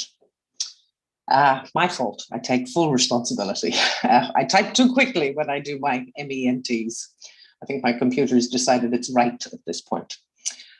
So moving on to risk management, and I think within this section, this will take us through to the end of today. So I will take us through this and then we'll break for questions. It's quite a big section because I want to get into some of the detail around margin, how margin is calculated, the purpose of margin, also looking at collateral, payment systems, treasury management, and then of course getting into default and explicitly how defaults are managed within a PFMI regulated environment. So what could be available? So going back to where we started, in managing risk, the CCP in essence is acting as a risk buffer. I would never stand here and suggest to you that a CCP takes away all of the risk. Nothing. I mean, you know better than I do. You're active in the financial market space. Nothing takes away all the risk. There's always risks, but it does act as a risk buffer and manages and centralizes the risk. So it concentrates and manages risk, resolving defaults. And because of that core function, then the regulatory requirements are absolutely critical around all of this. And that's why there has been so much focus over the last 12 years and more, where we've seen the increased regulatory activity to ensure that a CCP is designed to ensure stability across the financial ecosystem. So the whole point being to increase the safety and availability of capital, allowing participants to increase liquidity. If you're reducing risk on your counterparties, it allows you access to increase your own liquidity, increase the depth of the market, and it increases your confidence in trading. So as a result, the CCP as a counterparty is guaranteeing the terms of the trade, even if one party defaults. So the CCP bears the lion's share of the credit risk, and the market structure reduces all the interconnectedness of the market participants. So in order to take on this function, a CCP needs to have multiple lines of defense. When we talk about a CCP, we talk about it being the risk buffer and that it centralizes and manages risk. And that's wonderful, but how does it do it?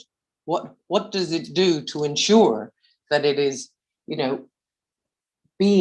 acting as that risk buffer? So it has multiple lines of defense in place to serve as loss absorbers, to allow them to mitigate defaults and protect the market against shocks. And really this comes down to various lines of defense that they have, which we will go through, from membership criteria through to default funds and loss allocation and so on. But there is even calculating margin, how it's calculated.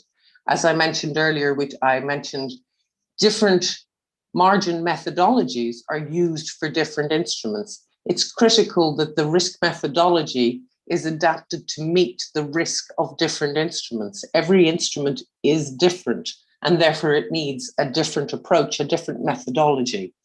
Just saying we're going to take 10% across everything is not calculating risk, is not managing risk. So it needs to have multiple lines of defense. So over the page, we're looking at the types of risks faced by a CCP.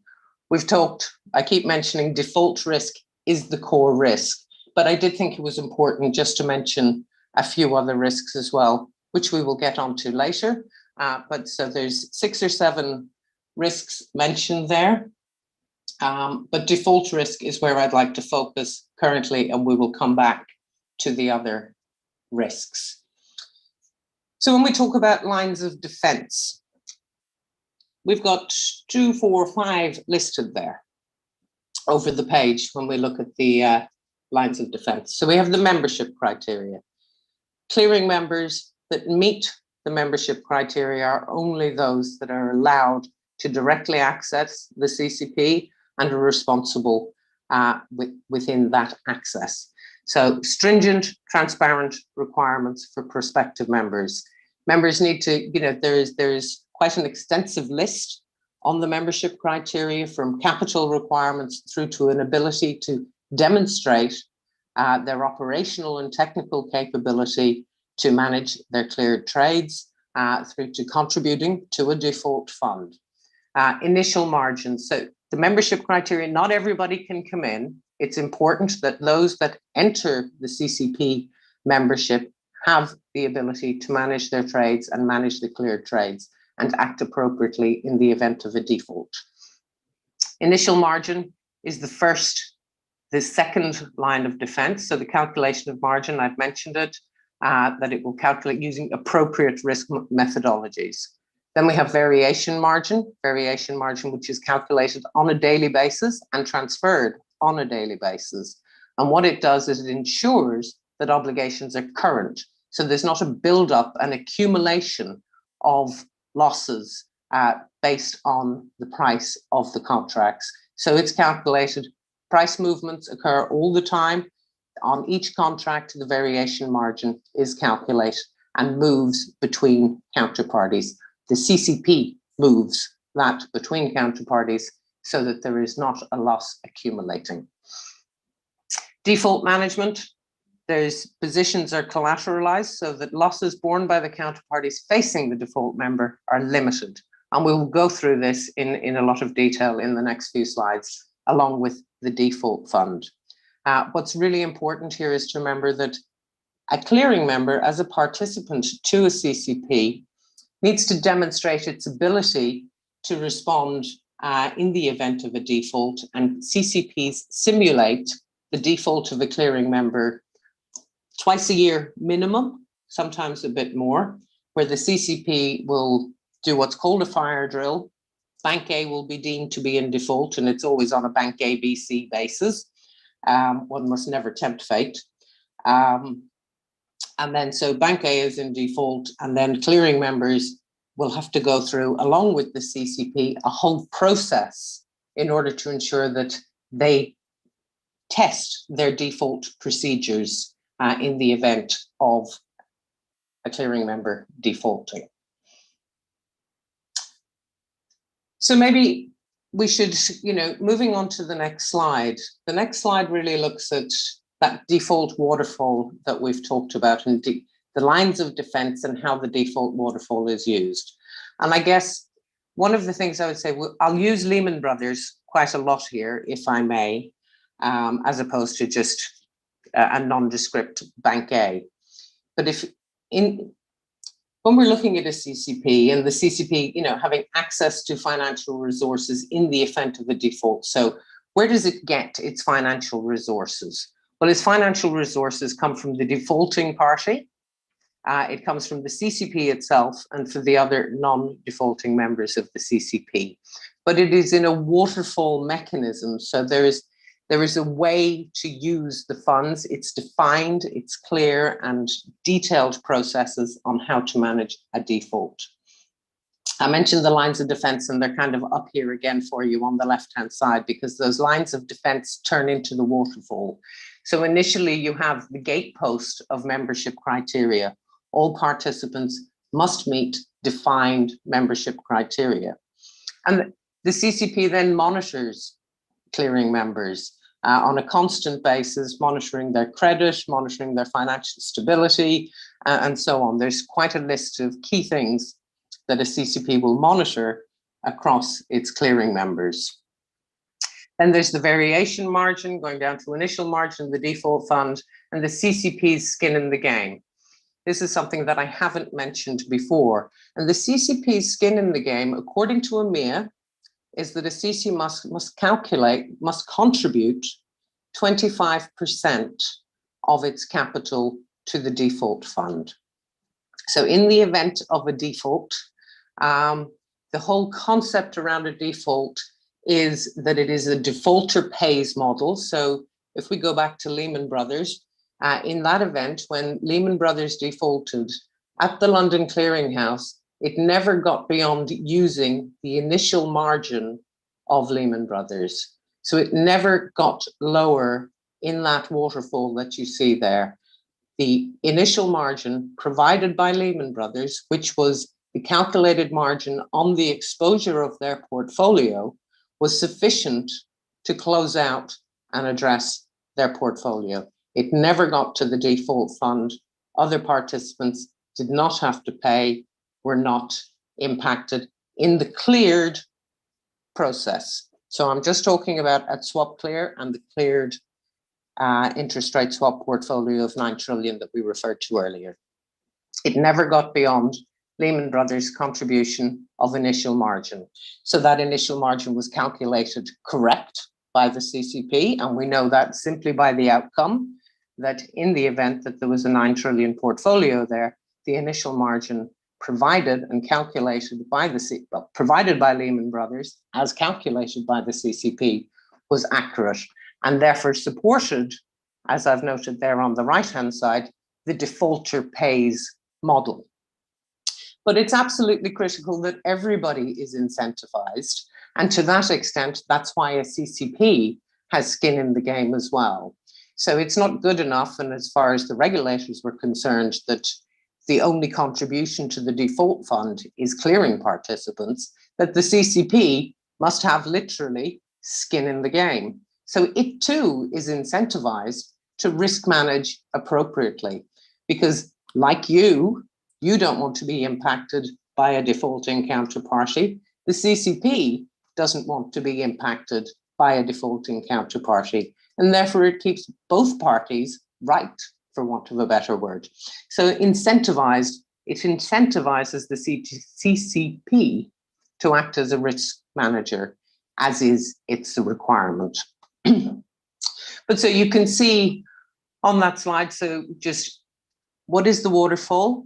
Who is it contributed by, and what is the purpose of it? So membership criteria, I think you think of any club, any forum, generally there is membership criteria, there are rules of participation, and therefore anybody who is allowed to participate must then follow the rules. And the intention of the membership criteria is to ensure that it is a robust CCP structure, that it has robust rules to allow participants to enter. Then you have the various levels of margin and default fund contributions. Every CCP from day one, there will be a minimum default fund contribution. That default fund is calculated based on the overall risk exposure within the CCP and various stress scenarios.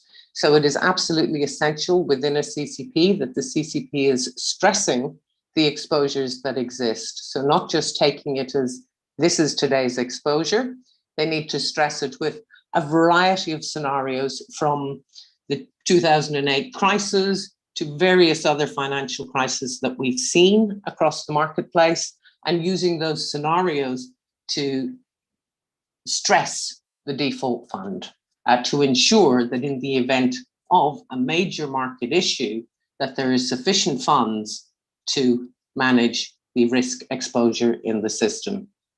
EMEA sets out quite clearly that CCPs must be in a position to manage extreme but plausible scenarios. So that is exactly what a CCP needs to calculate constantly in its stress scenarios. And it will make hypothetical scenarios up and run it through its risk methodologies to ensure that there is sufficient margin to deal with any crisis.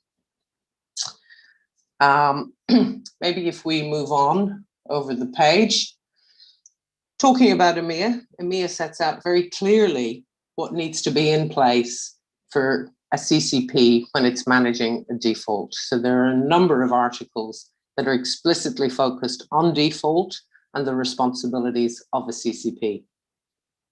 The first one is detailed procedures in place and to review those procedures. It says annually there. This refers back to the fire drills I mentioned earlier. So A, detailed procedures in place. What does one do explicitly when there is a default? How does the CCP react? What are the key steps it must take? How does it manage that default? And it's all, if you look at any of the CCPs operating across the market, they have clearly outlined their default procedures and how they would expect to react. Therefore, it's very transparent to all participants what occurs in the event of a default and what actions need to be taken. So the EMEA also sets out very clearly, that the CCP must take prompt action to contain losses and liquidity pressures resulting from the default. So what does that mean? Basically, a CCP must act very quickly using the margin that is in place to hedge a portfolio, the defaulting portfolio. So you know that Bank A is going into default, it's not meeting its margin requirements, therefore it's going to be put into default. The CCP then uses that margin to hedge the portfolio and manage the portfolio very quickly, so that it doesn't disrupt operations or expose the non-defaulting members. It also sets out very clearly around the communication, the legal enforceability, the porting of clients and collateral, so that it's very clear legally in EMEA how the collateral, clients, how clients are protected. So that brings us back to segregation and portability and so on, but also collateral and who owns the collateral in the event of default, etc. So it states that where the transfer to another clearing member is not taken place, the CCP may take all steps permitted by its rules to actively manage its risks. And I think that's a really important point. So when we're talking about, the porting of client positions and collateral, so if a transfer can't occur, as we talked earlier, I said with position transfers, so a client can choose to have its position moved, if appropriate, to another clearing member who's happy to take it. Then it's important, if it doesn't do that, the CCP needs to make sure that it actively manages the risks. And then, of course, the test and review of default procedures. This is something that is done extremely frequently across the marketplace. So looking at the waterfall again, I think it's just worth reconfirming. So this is I've set it out here for what is dictated by EMEA. So I've put down the EMEA requirements. So obviously, when you have this default waterfall, you have the position netting, as I mentioned earlier. So already positions are smaller when they're held at the CCP from a risk exposure perspective because of the position netting that occurs within the CCP. Then you have the defaulting members' collateral, their margin. Then you go to the defaulting members' default fund contribution. Then it's the CCP's skin in the game. As I mentioned, under EMEA, that's 25% of its capital. So we're still at that point where it is only the defaulting member that is supporting. So it's the defaulter pays methodology that is working through the default waterfall. Then you do get to the default fund contributions of remaining clearing members. Under EMEA, EMEA sets out that a CCP operating in the EMEA environment can do a top-up of its default fund up to 2 occasions. So it's up to, it's not you must do 2 mandatory replenishments, it's you can do up to 2 mandatory replenishments. So that comes out, each CCP will take a view based on its risk appetite as to what the top-up would be. And then, of course, you get to a point that if it really is a default that has not been risk managed, you get to the remaining CCP skin in the game.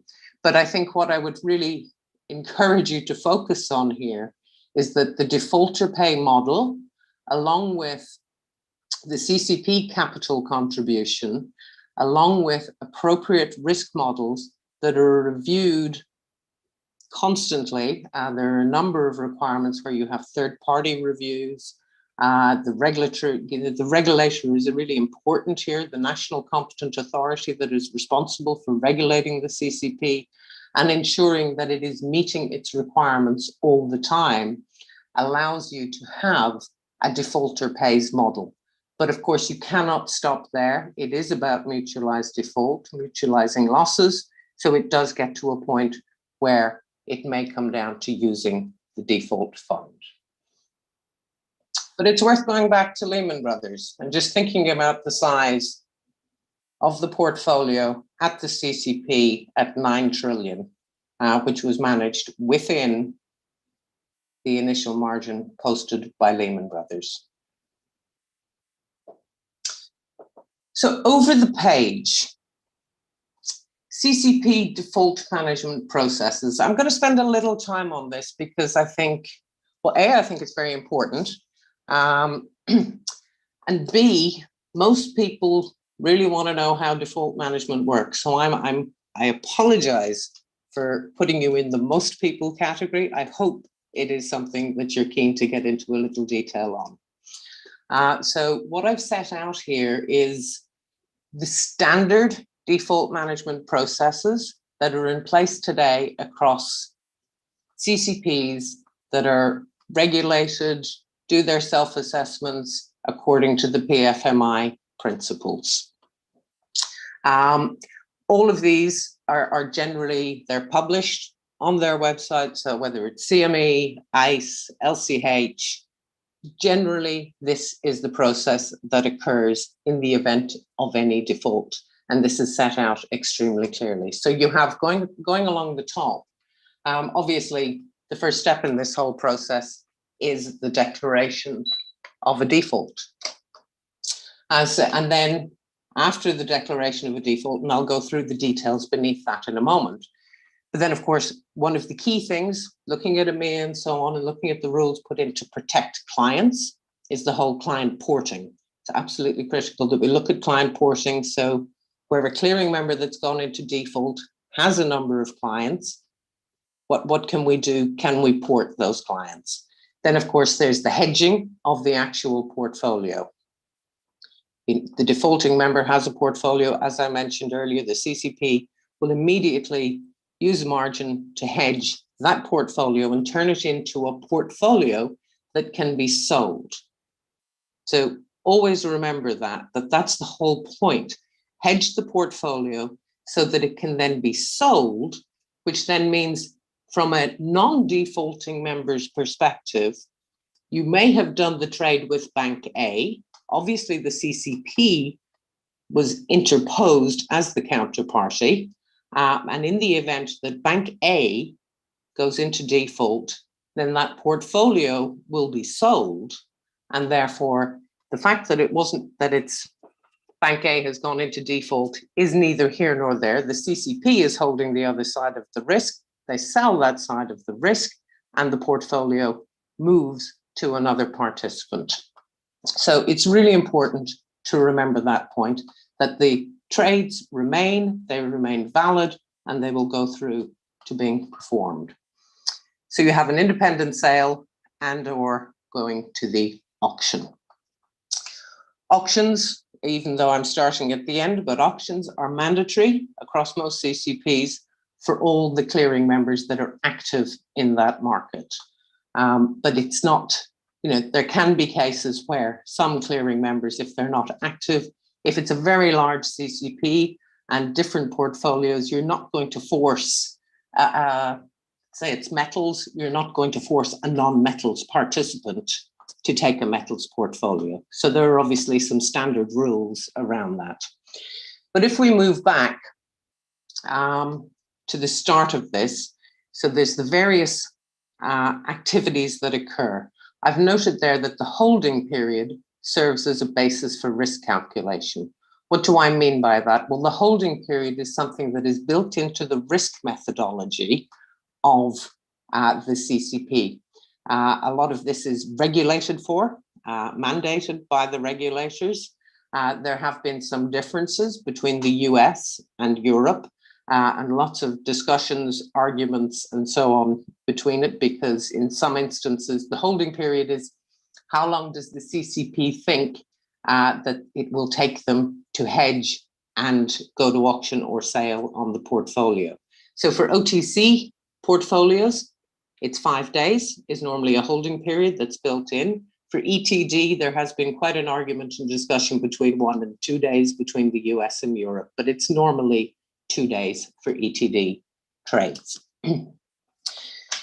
But if we look back then, so from a default declaration, as I mentioned, all of this is worked out in detailed procedures beforehand. Fire drills are completed regularly. So once it's decided, once there is a decision made that Bank A is in default, then you have a default management committee.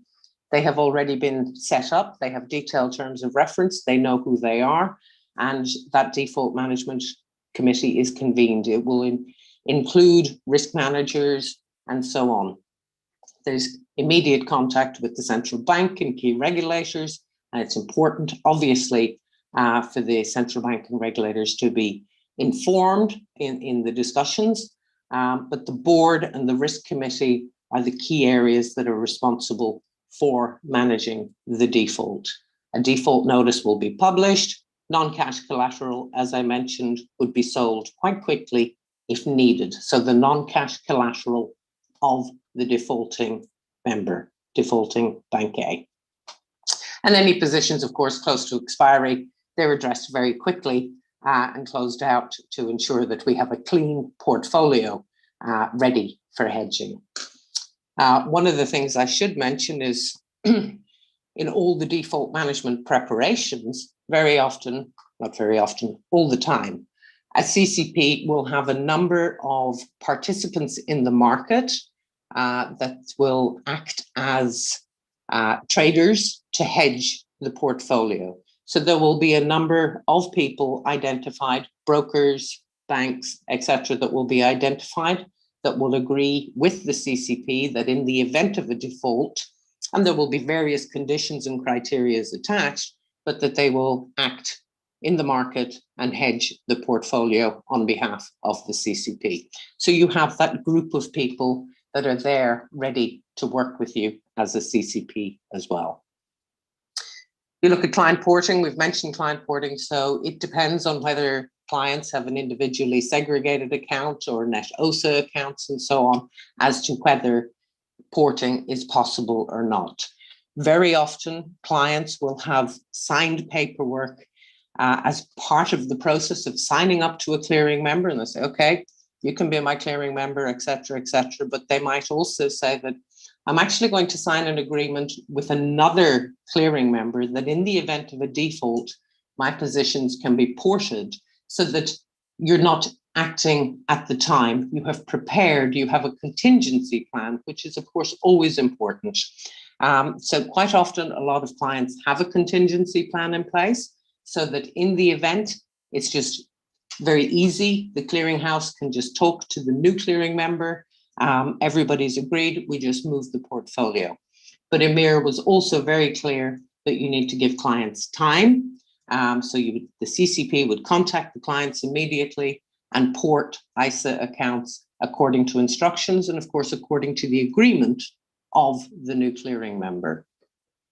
With OSAs, it's highly unlikely that you can port them simply because the collateral is completely mixed. As I mentioned, it's a net omnibus account, so you've got a lot of clients in there getting the benefit of the omnibus net structure, but you cannot segregate it out. So it's either the whole portfolio goes or none of it.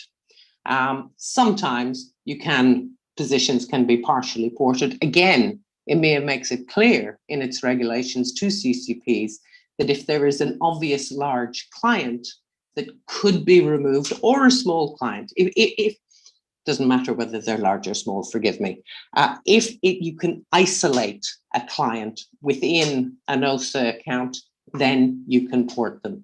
But quite often, really, the reality is in a net OSA account, it's very difficult to isolate any clients, and porting may not be possible. At the same time, we're looking at hedging the portfolio. So as I mentioned, the positions hedged as quickly as possible to limit any losses.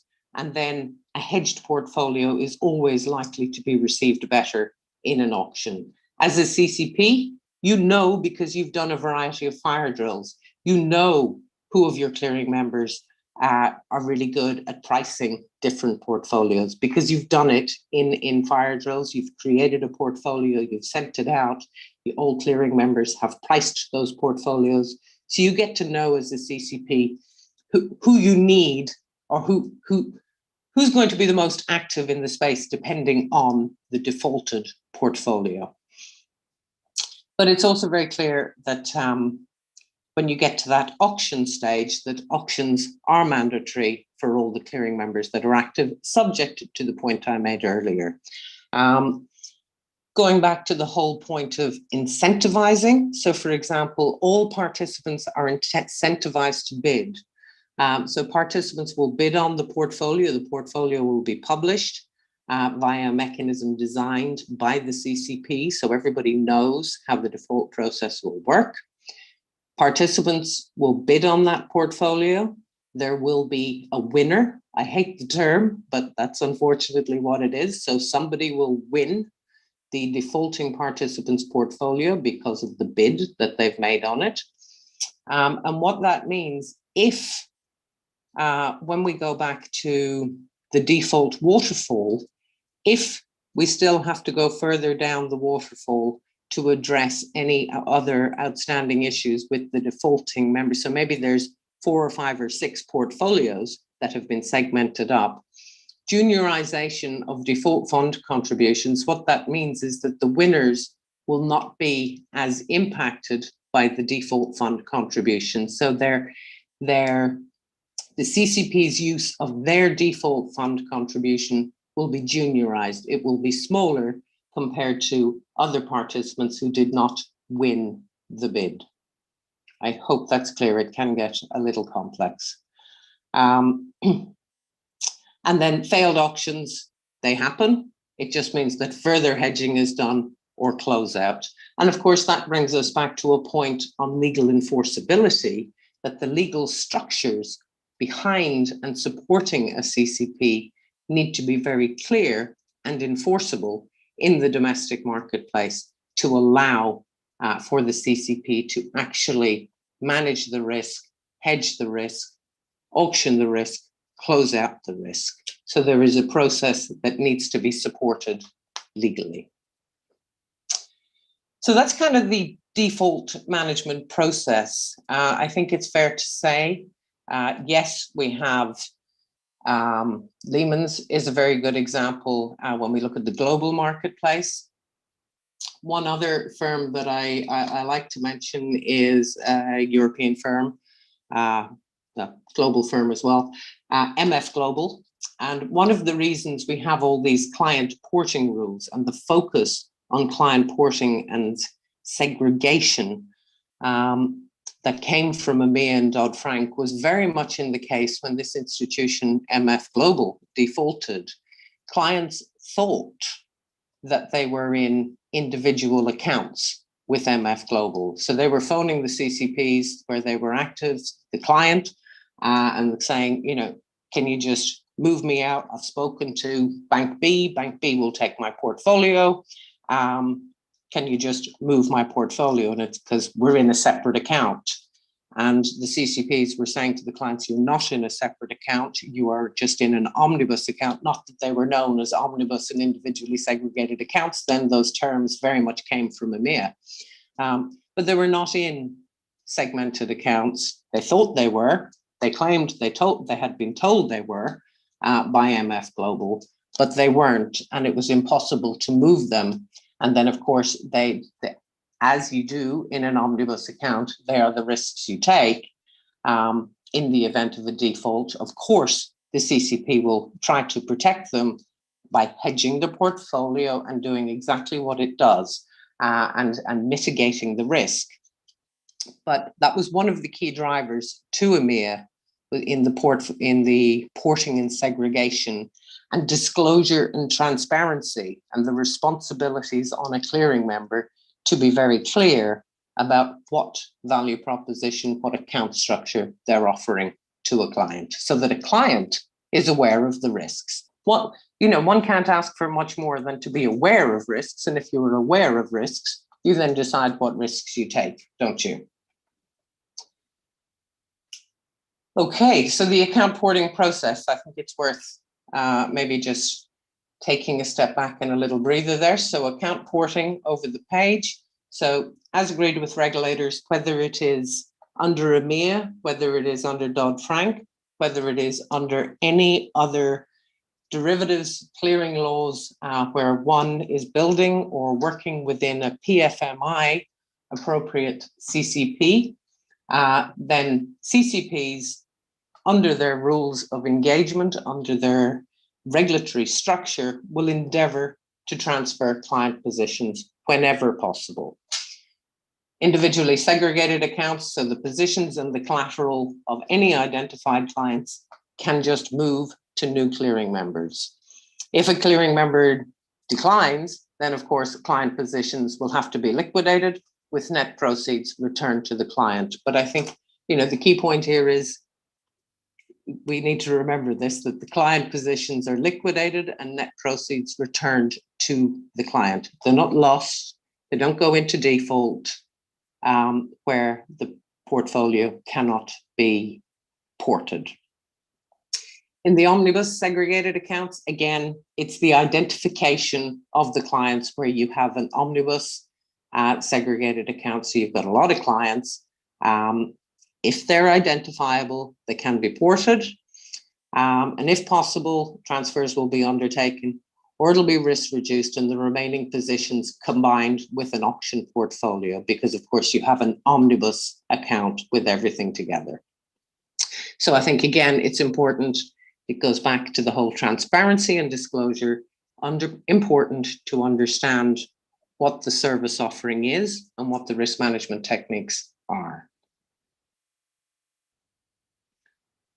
So I talked about the auction process. So I mentioned it was a mandatory auction process.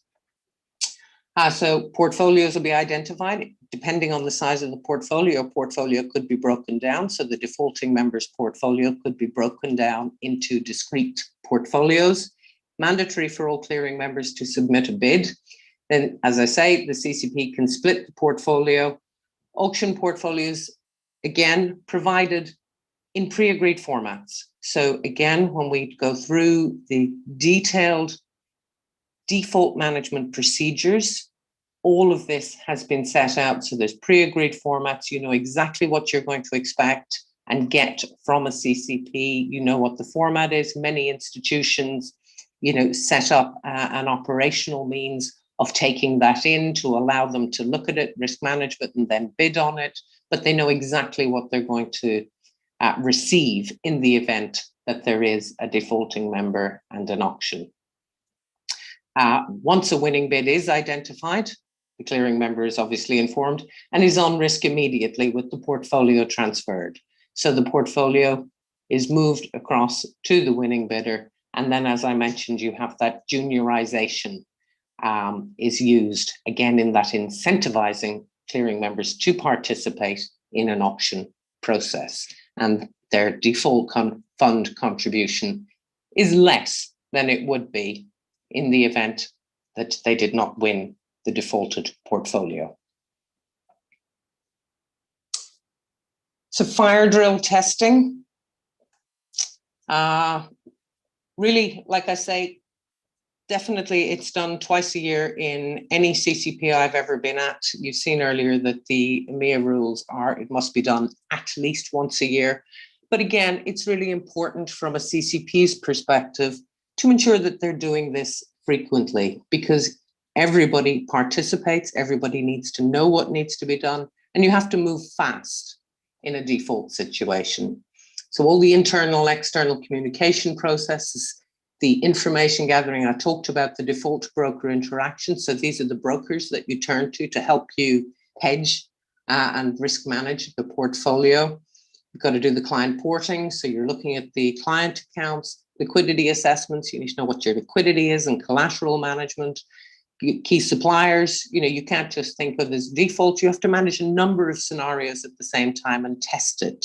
So, there could be a supplier failure at a point when you're managing a default. What happens then? So you can't just test a BAU day in the life. You have to test all the different possible scenarios. I go back to that term that EMEA does use frequently, which is, being able to react in extreme but plausible circumstances. And you have to apply that to your contingency testing as well. So it might not just be that you've got a default to manage. You could have an issue with a settlement bank. They may not be able to do something that you would expect them to do on the day where there's a default. So you have to test all of this. So a fire drill testing is quite an extensive end-to-end test of your processes.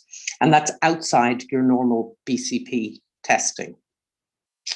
And testing the auction process, file publication, receipt by members. We get mock bids on a theoretical portfolio. Everybody has to put in a mock bid.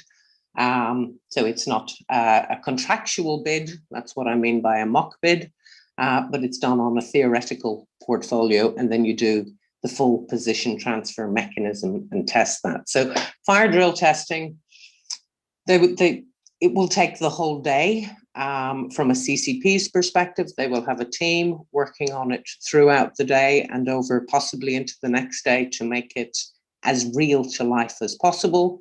This will be going on whilst obviously the CCP is running in its normal BAU mode, but it is critical that when you manage a default, that BAU is managed at the same time. You can't transfer all resources onto it. You need to have this planned, have your processes in place, know who's going to need to be involved, and takes a lot of detailed planning. But it is clear, it is transparent, and participants will have all the information on the process provided to them.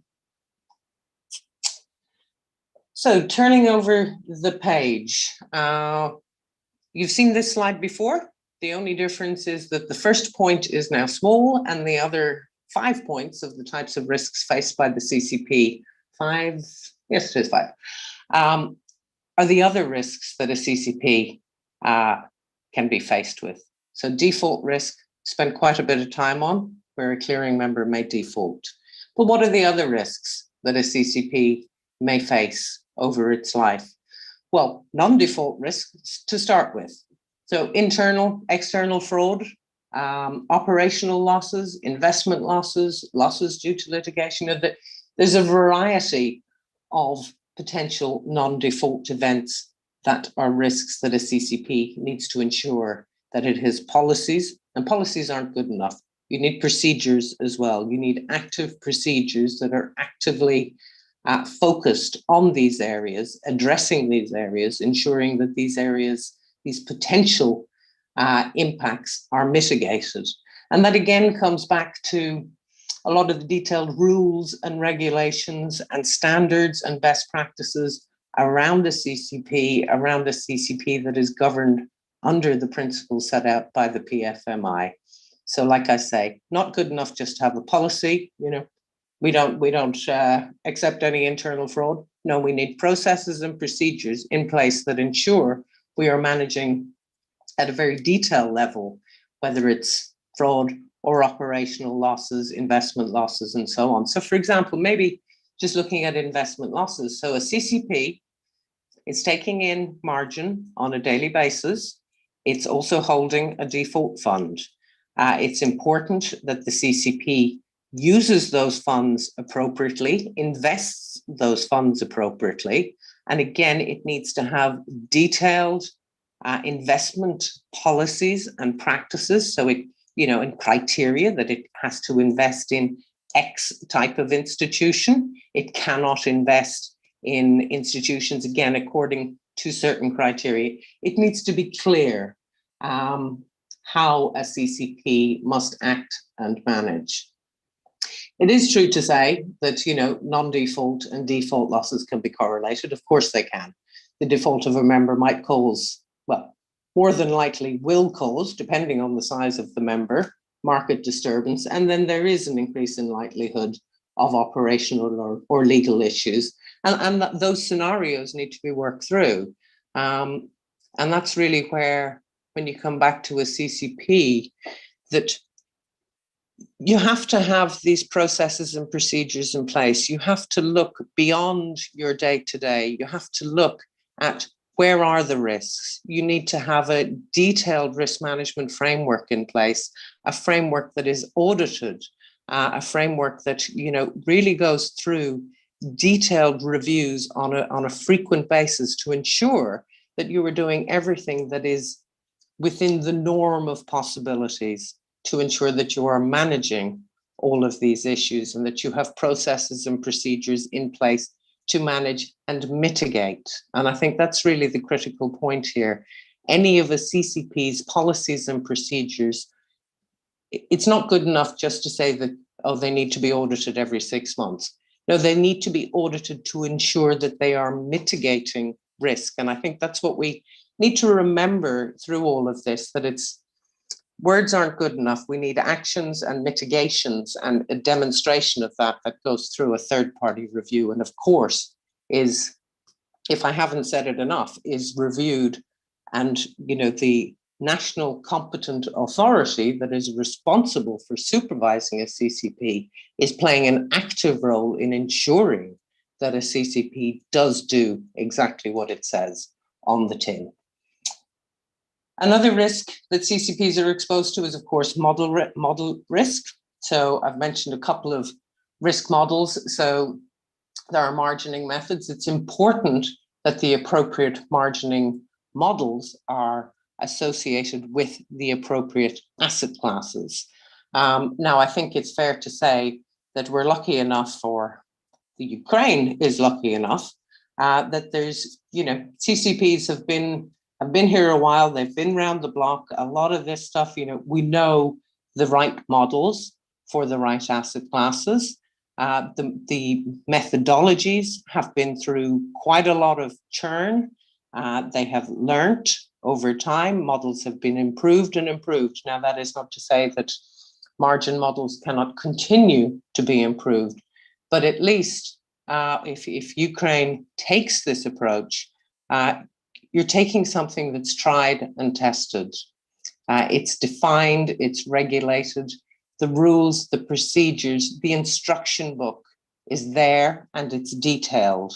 And you're certainly, it's nice sometimes to come to a market when a lot of it has been proven out long before you get there. You don't have to be at the bleeding edge. It's been done, it's been proven, and so on. So there's a great advantage to that. Liquidity risk, another risk, of course. They need to choose their investments wisely. And again, this is all part and parcel of the bread and butter of a CCP. This is what it does day in, day out. But one cannot be complacent. One needs to ensure that all risks are managed and mitigated. And the same applies from an operational perspective, legal risk and other risks.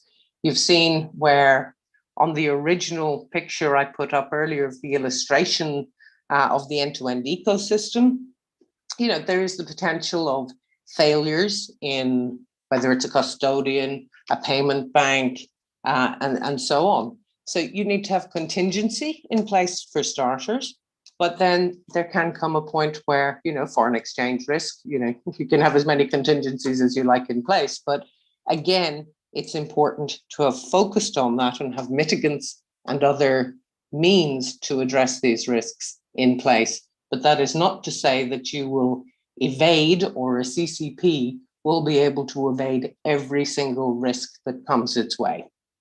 But you need to have thought it through, have the processes, procedures, and mitigants in its place in as much as possible.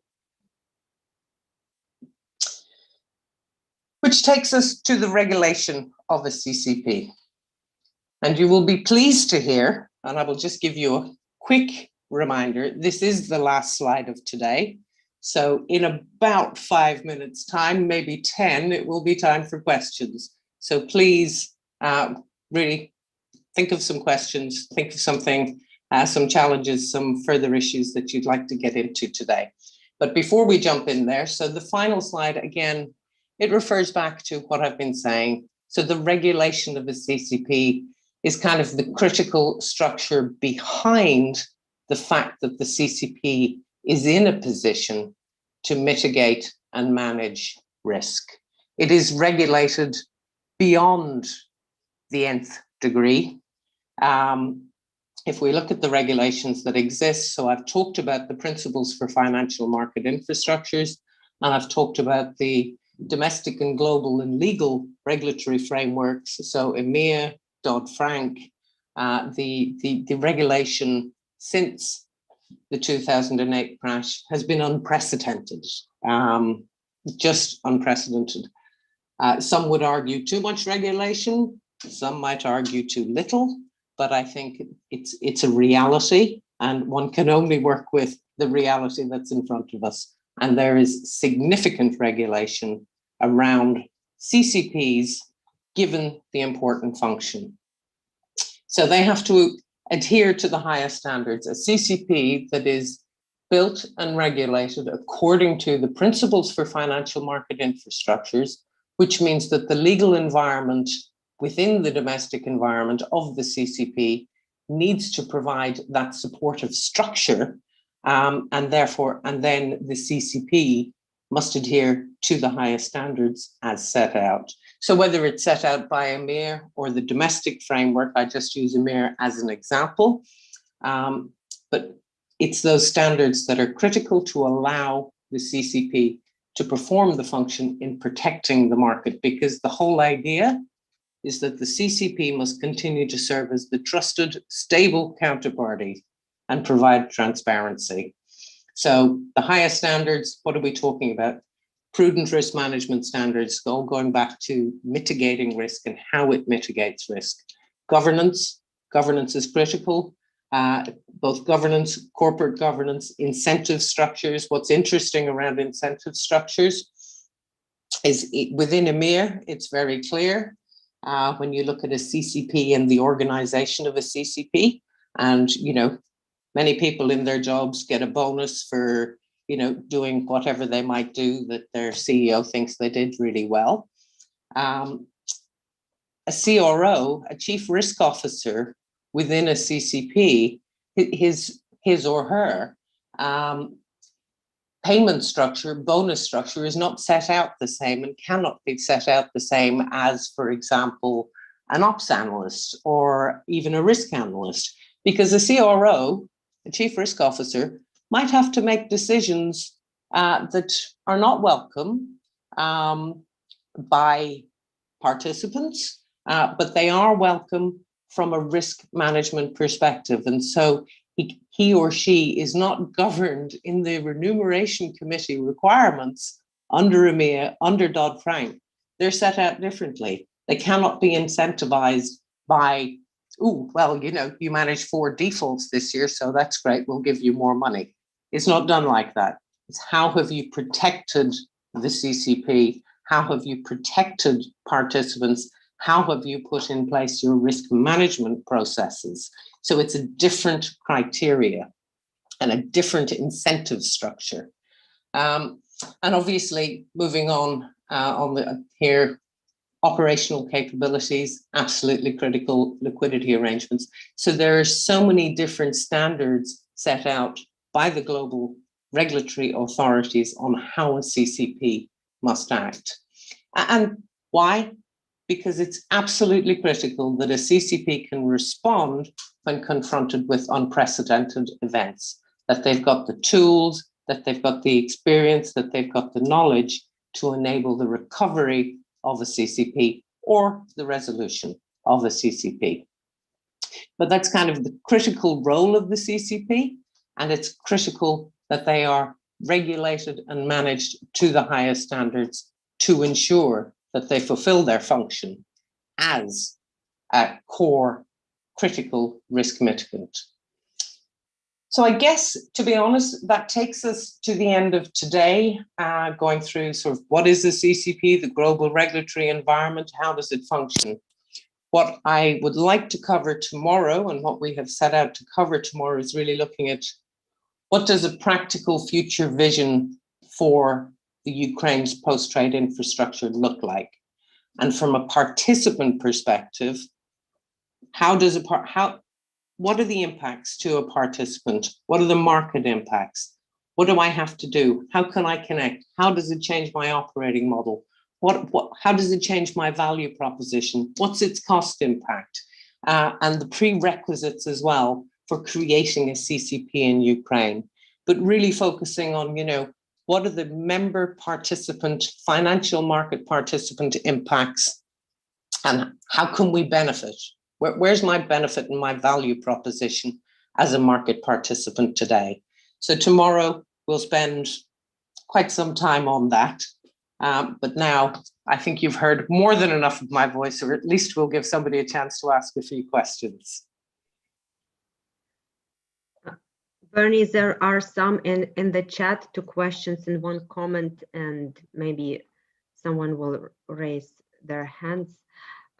So the question is, what is your opinion on attracting a foreign CCP to clear trades in Ukraine, or creating a regional CCP for several countries in Eastern Europe, including Ukraine? Could this be a better option than creating or upgrading any CCP in Ukraine? Okay, so the opinion on attracting a foreign CCP to clear trades in Ukraine. Or a regional one. Or a regional one. I guess there are many answers to that. Could a CCP, another CCP, provide solutions to the Ukraine? In practice, yes, they could. I suppose it's a business proposition, and would they want to? Unfortunately, I'm not in a position to say if any of those conversations have happened, so I would put that back to Yulia on that side of things. But at a practical level, yes, a CCP could come to the Ukraine to provide services, but the reality is that it would be segregated. I mean, look at the markets that we have. It would be use a CME, use an ICE, whatever. It would be a segregated entity from its other entities. So is it possible? Yes, it's possible. The question is, would other CCPs want to come to the market to do that? And I don't know the answer to that question because I haven't had the conversation with other CCPs to do that. On the second part of your question, which was regional CCP, I think it's something that has been discussed a lot over a number of years, talking about a regional CCP. Unfortunately, it seems to me, and this is just a personal opinion, not having been involved in regional discussions, but that takes a lot more coordination to develop a regional CCP, a lot more commitment from regions. We just need to take a look at various other regional initiatives and how long it can sometimes take to get to the market. What is the benefit of going it alone? And when I say going it alone, I mean the Ukraine developing its own CCP. It has its own control over that CCP, which I think is important. and it manages the CCP for its market participants. It's been quite interesting. I've done quite a bit of work. It's been across Asia, but it's an analogous example, but working with a couple of countries here in Asia where they do have services from, I'll say, foreign CCPs, and the ability to get product development, the ability to get a priority on what they want in their domestic market, it was non-existent. Now, that's not to say that every CCP behaves like that, but certainly just getting that priority, getting focus on your market, the best way to do it is, of course, to have your own CCP. Regional CCPs, yeah, I've seen it. I've heard lots of talk about it. I've not seen it developed sufficiently that it is really a concrete solution that people want to bring to the market. It's very difficult. Every region, I'll take Europe. You look at Europe, it's different rules, different jurisdictions. It's really, a regional CCP means bringing together regional laws, all the regional issues related to the operating of a CCP. You can't have a CCP where it's Ukrainian law over here if it's a Ukrainian contract, and it's going to be somebody else's law over here if it's a different contract. I think it's really important to build it from the center and build it up. Thank you. The next question is about the cost, and then we'll go to the question on the default waterfall. What would be the approximate costs of establishing a CCP in Ukraine? Who will bear this cost? Okay, I guess there are two aspects to this question. So there is a cost to establishing a CCP, and I think those, and Yulia, I think, referred to it at the very beginning in her presentation. There's an investor cost from an investor, and investors, if you look at, it's a very good proposition to an investor. If you look at financial market infrastructures, it's quite a good investment, or has been over the years. So where you have private investors invest in the development of a CCP. And I think to put a round number around that, I don't think would be appropriate or fair at this point in time. And every CCP is different. It depends on, if you look at EMEA sets out some explicit requirements around financial resources. So you can look at an EMEA CCP and you can say, well, an EMEA CCP needs to have X amount in capital and so on. So it depends on the CCP. But there is a cost to establishing a CCP, and I see those costs as set out at the beginning of this presentation to be met by investors. And then from a operating perspective, of course, a clearing participant will pay fees like any other CCP participant. They will contribute to a default fund. There will be an application fee, but you can look across the marketplaces and you can look at CME, ICE, LCH. Obviously, there is a cost to the service.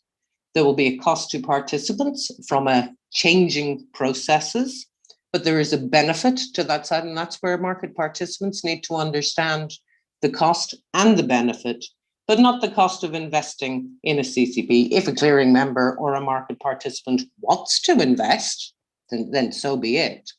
But I think we do have to segregate the costs. There's investor costs to creating and establishing a CCP, and then there is the access to the CCP for a service. So there are two different things. I hope that clarifies. Thank you. The next question is about the default waterfall. Are there examples of CCP going down the whole default waterfall in the event of participants' defaults? And also, what are the examples of CCP defaults? The normal examples we don't have to date. In recent years, we have not had a CCP going into default right down the waterfall and getting to the point where it is unviable. There have been examples used in the past And HKX, interestingly, was one example that has been used quite frequently.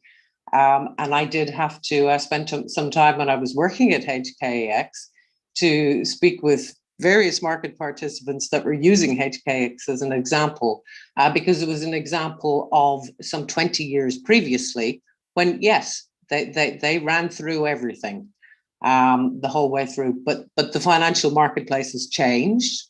There are new rules.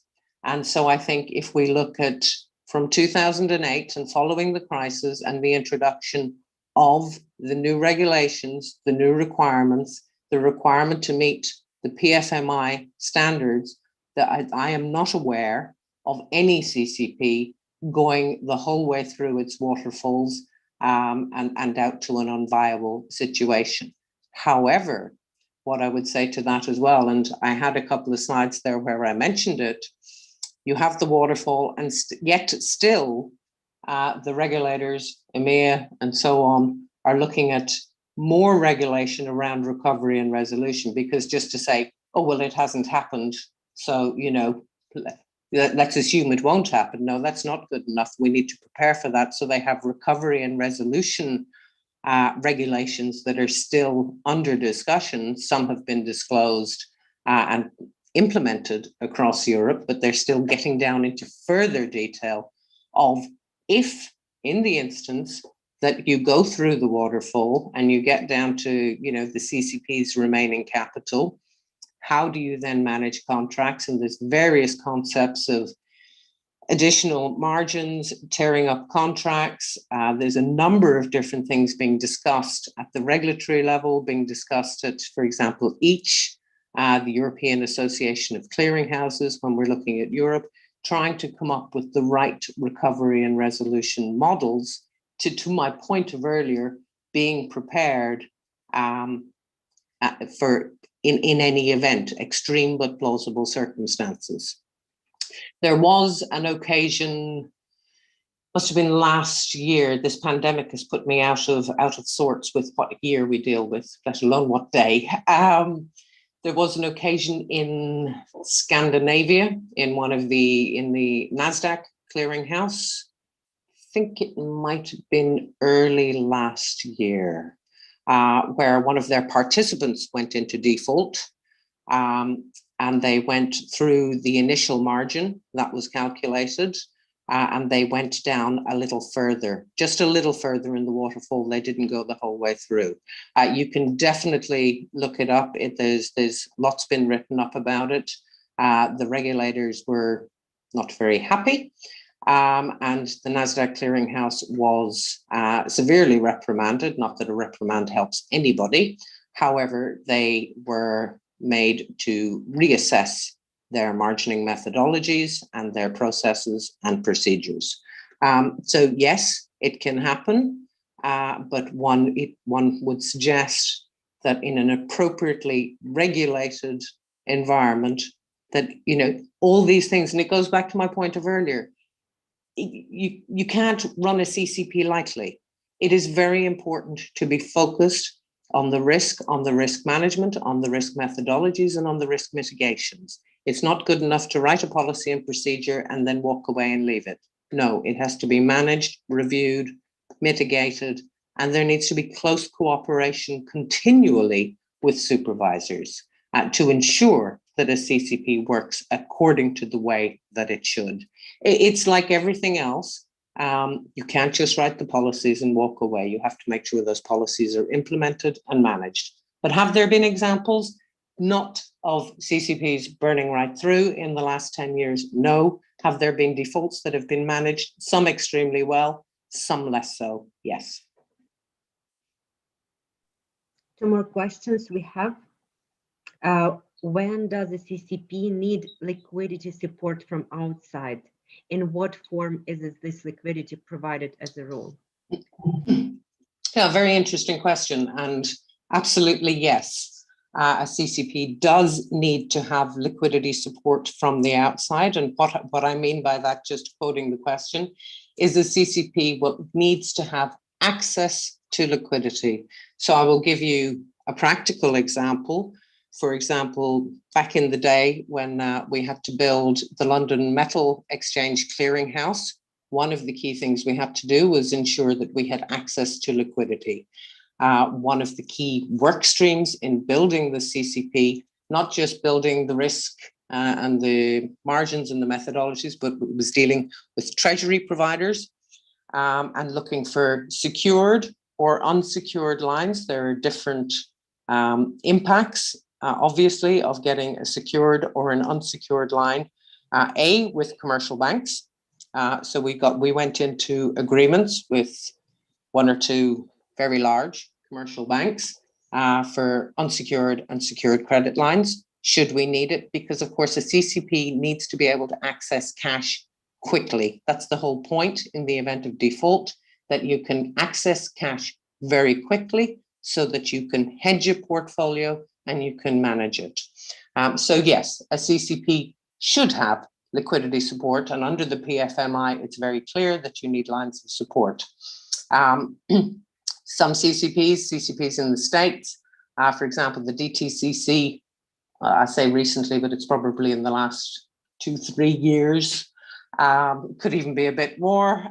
They got access to the central bank and the central bank window, which again just allows, and that's something that's been pushed globally, is access to the central bank for immediate access to some liquidity, not access to a loan that's never going to be paid back. I think we need to speak the right language, but it's access to liquidity in the event of a key need where you cannot liquidate things as quickly as you might want to on the market. So yes, you have to go through a whole array of what is your liquidity, where can you get your liquidity from, and therefore going through the potential of secured and unsecured lines and where can you get them. And the last question, just noting that the translation, that the translator has to leave at 5 o'clock, so we have 3 minutes, or we can continue just in English. It's not a problem, I think. What needs to happen for a Ukrainian CCP to transact and clear USD denominated securities? What needs to happen? Well, I think it's a little longer than 3 minutes, because I guess I would argue that question could apply to any asset class. But for US denominated securities, look, if I look at any CCP, the ability to clear US denominated securities starts at the outset. From a regulatory perspective, is that something that one can do? Is that permissible? And if we have a legal structure that allows that to happen, then yes. I mean, even for example, in Europe, when I was in the UK, we, under the MTF and Turquoise, and with our clearing partner, which was an arm of the DTCC, we allowed the trading of US denominated securities, and our CCP went to all the effort of the ability to clear them. And then none of our clearing members traded US denominated securities, and my clearinghouse was not very happy with me that I forced them to prepare and get ready to clear it. So it is possible, it's very possible, subject to ensuring that one has access to those securities, one, has the supporting infrastructure within the CSDs to allow that to occur. There's a lot more that needs to be gone through to do it, but there is no reason that it is, I'm conscious of time, there's no reason why it couldn't be done, subject to the appropriate supporting and regulatory environment and legal environment to support that. Thank you, Bernie. I don't see any other questions. And well, thank you first of all for this overwhelming information and the knowledge that you've shared with us. We have. Well, I hope it wasn't the monologue that you referred to at the beginning. But I see that almost all the participants, that the number of participants hasn't decreased until now. So we've stayed pretty good. I hope people were listening and it was interesting and useful. So thank you everyone for your questions, and see you tomorrow at 2 o'clock. We'll continue with more details and specifics. Excellent. I look forward to speaking to everybody tomorrow, and thank you so much for your time. Thank you. Bye-bye. See you tomorrow. Thanks. Bye-bye.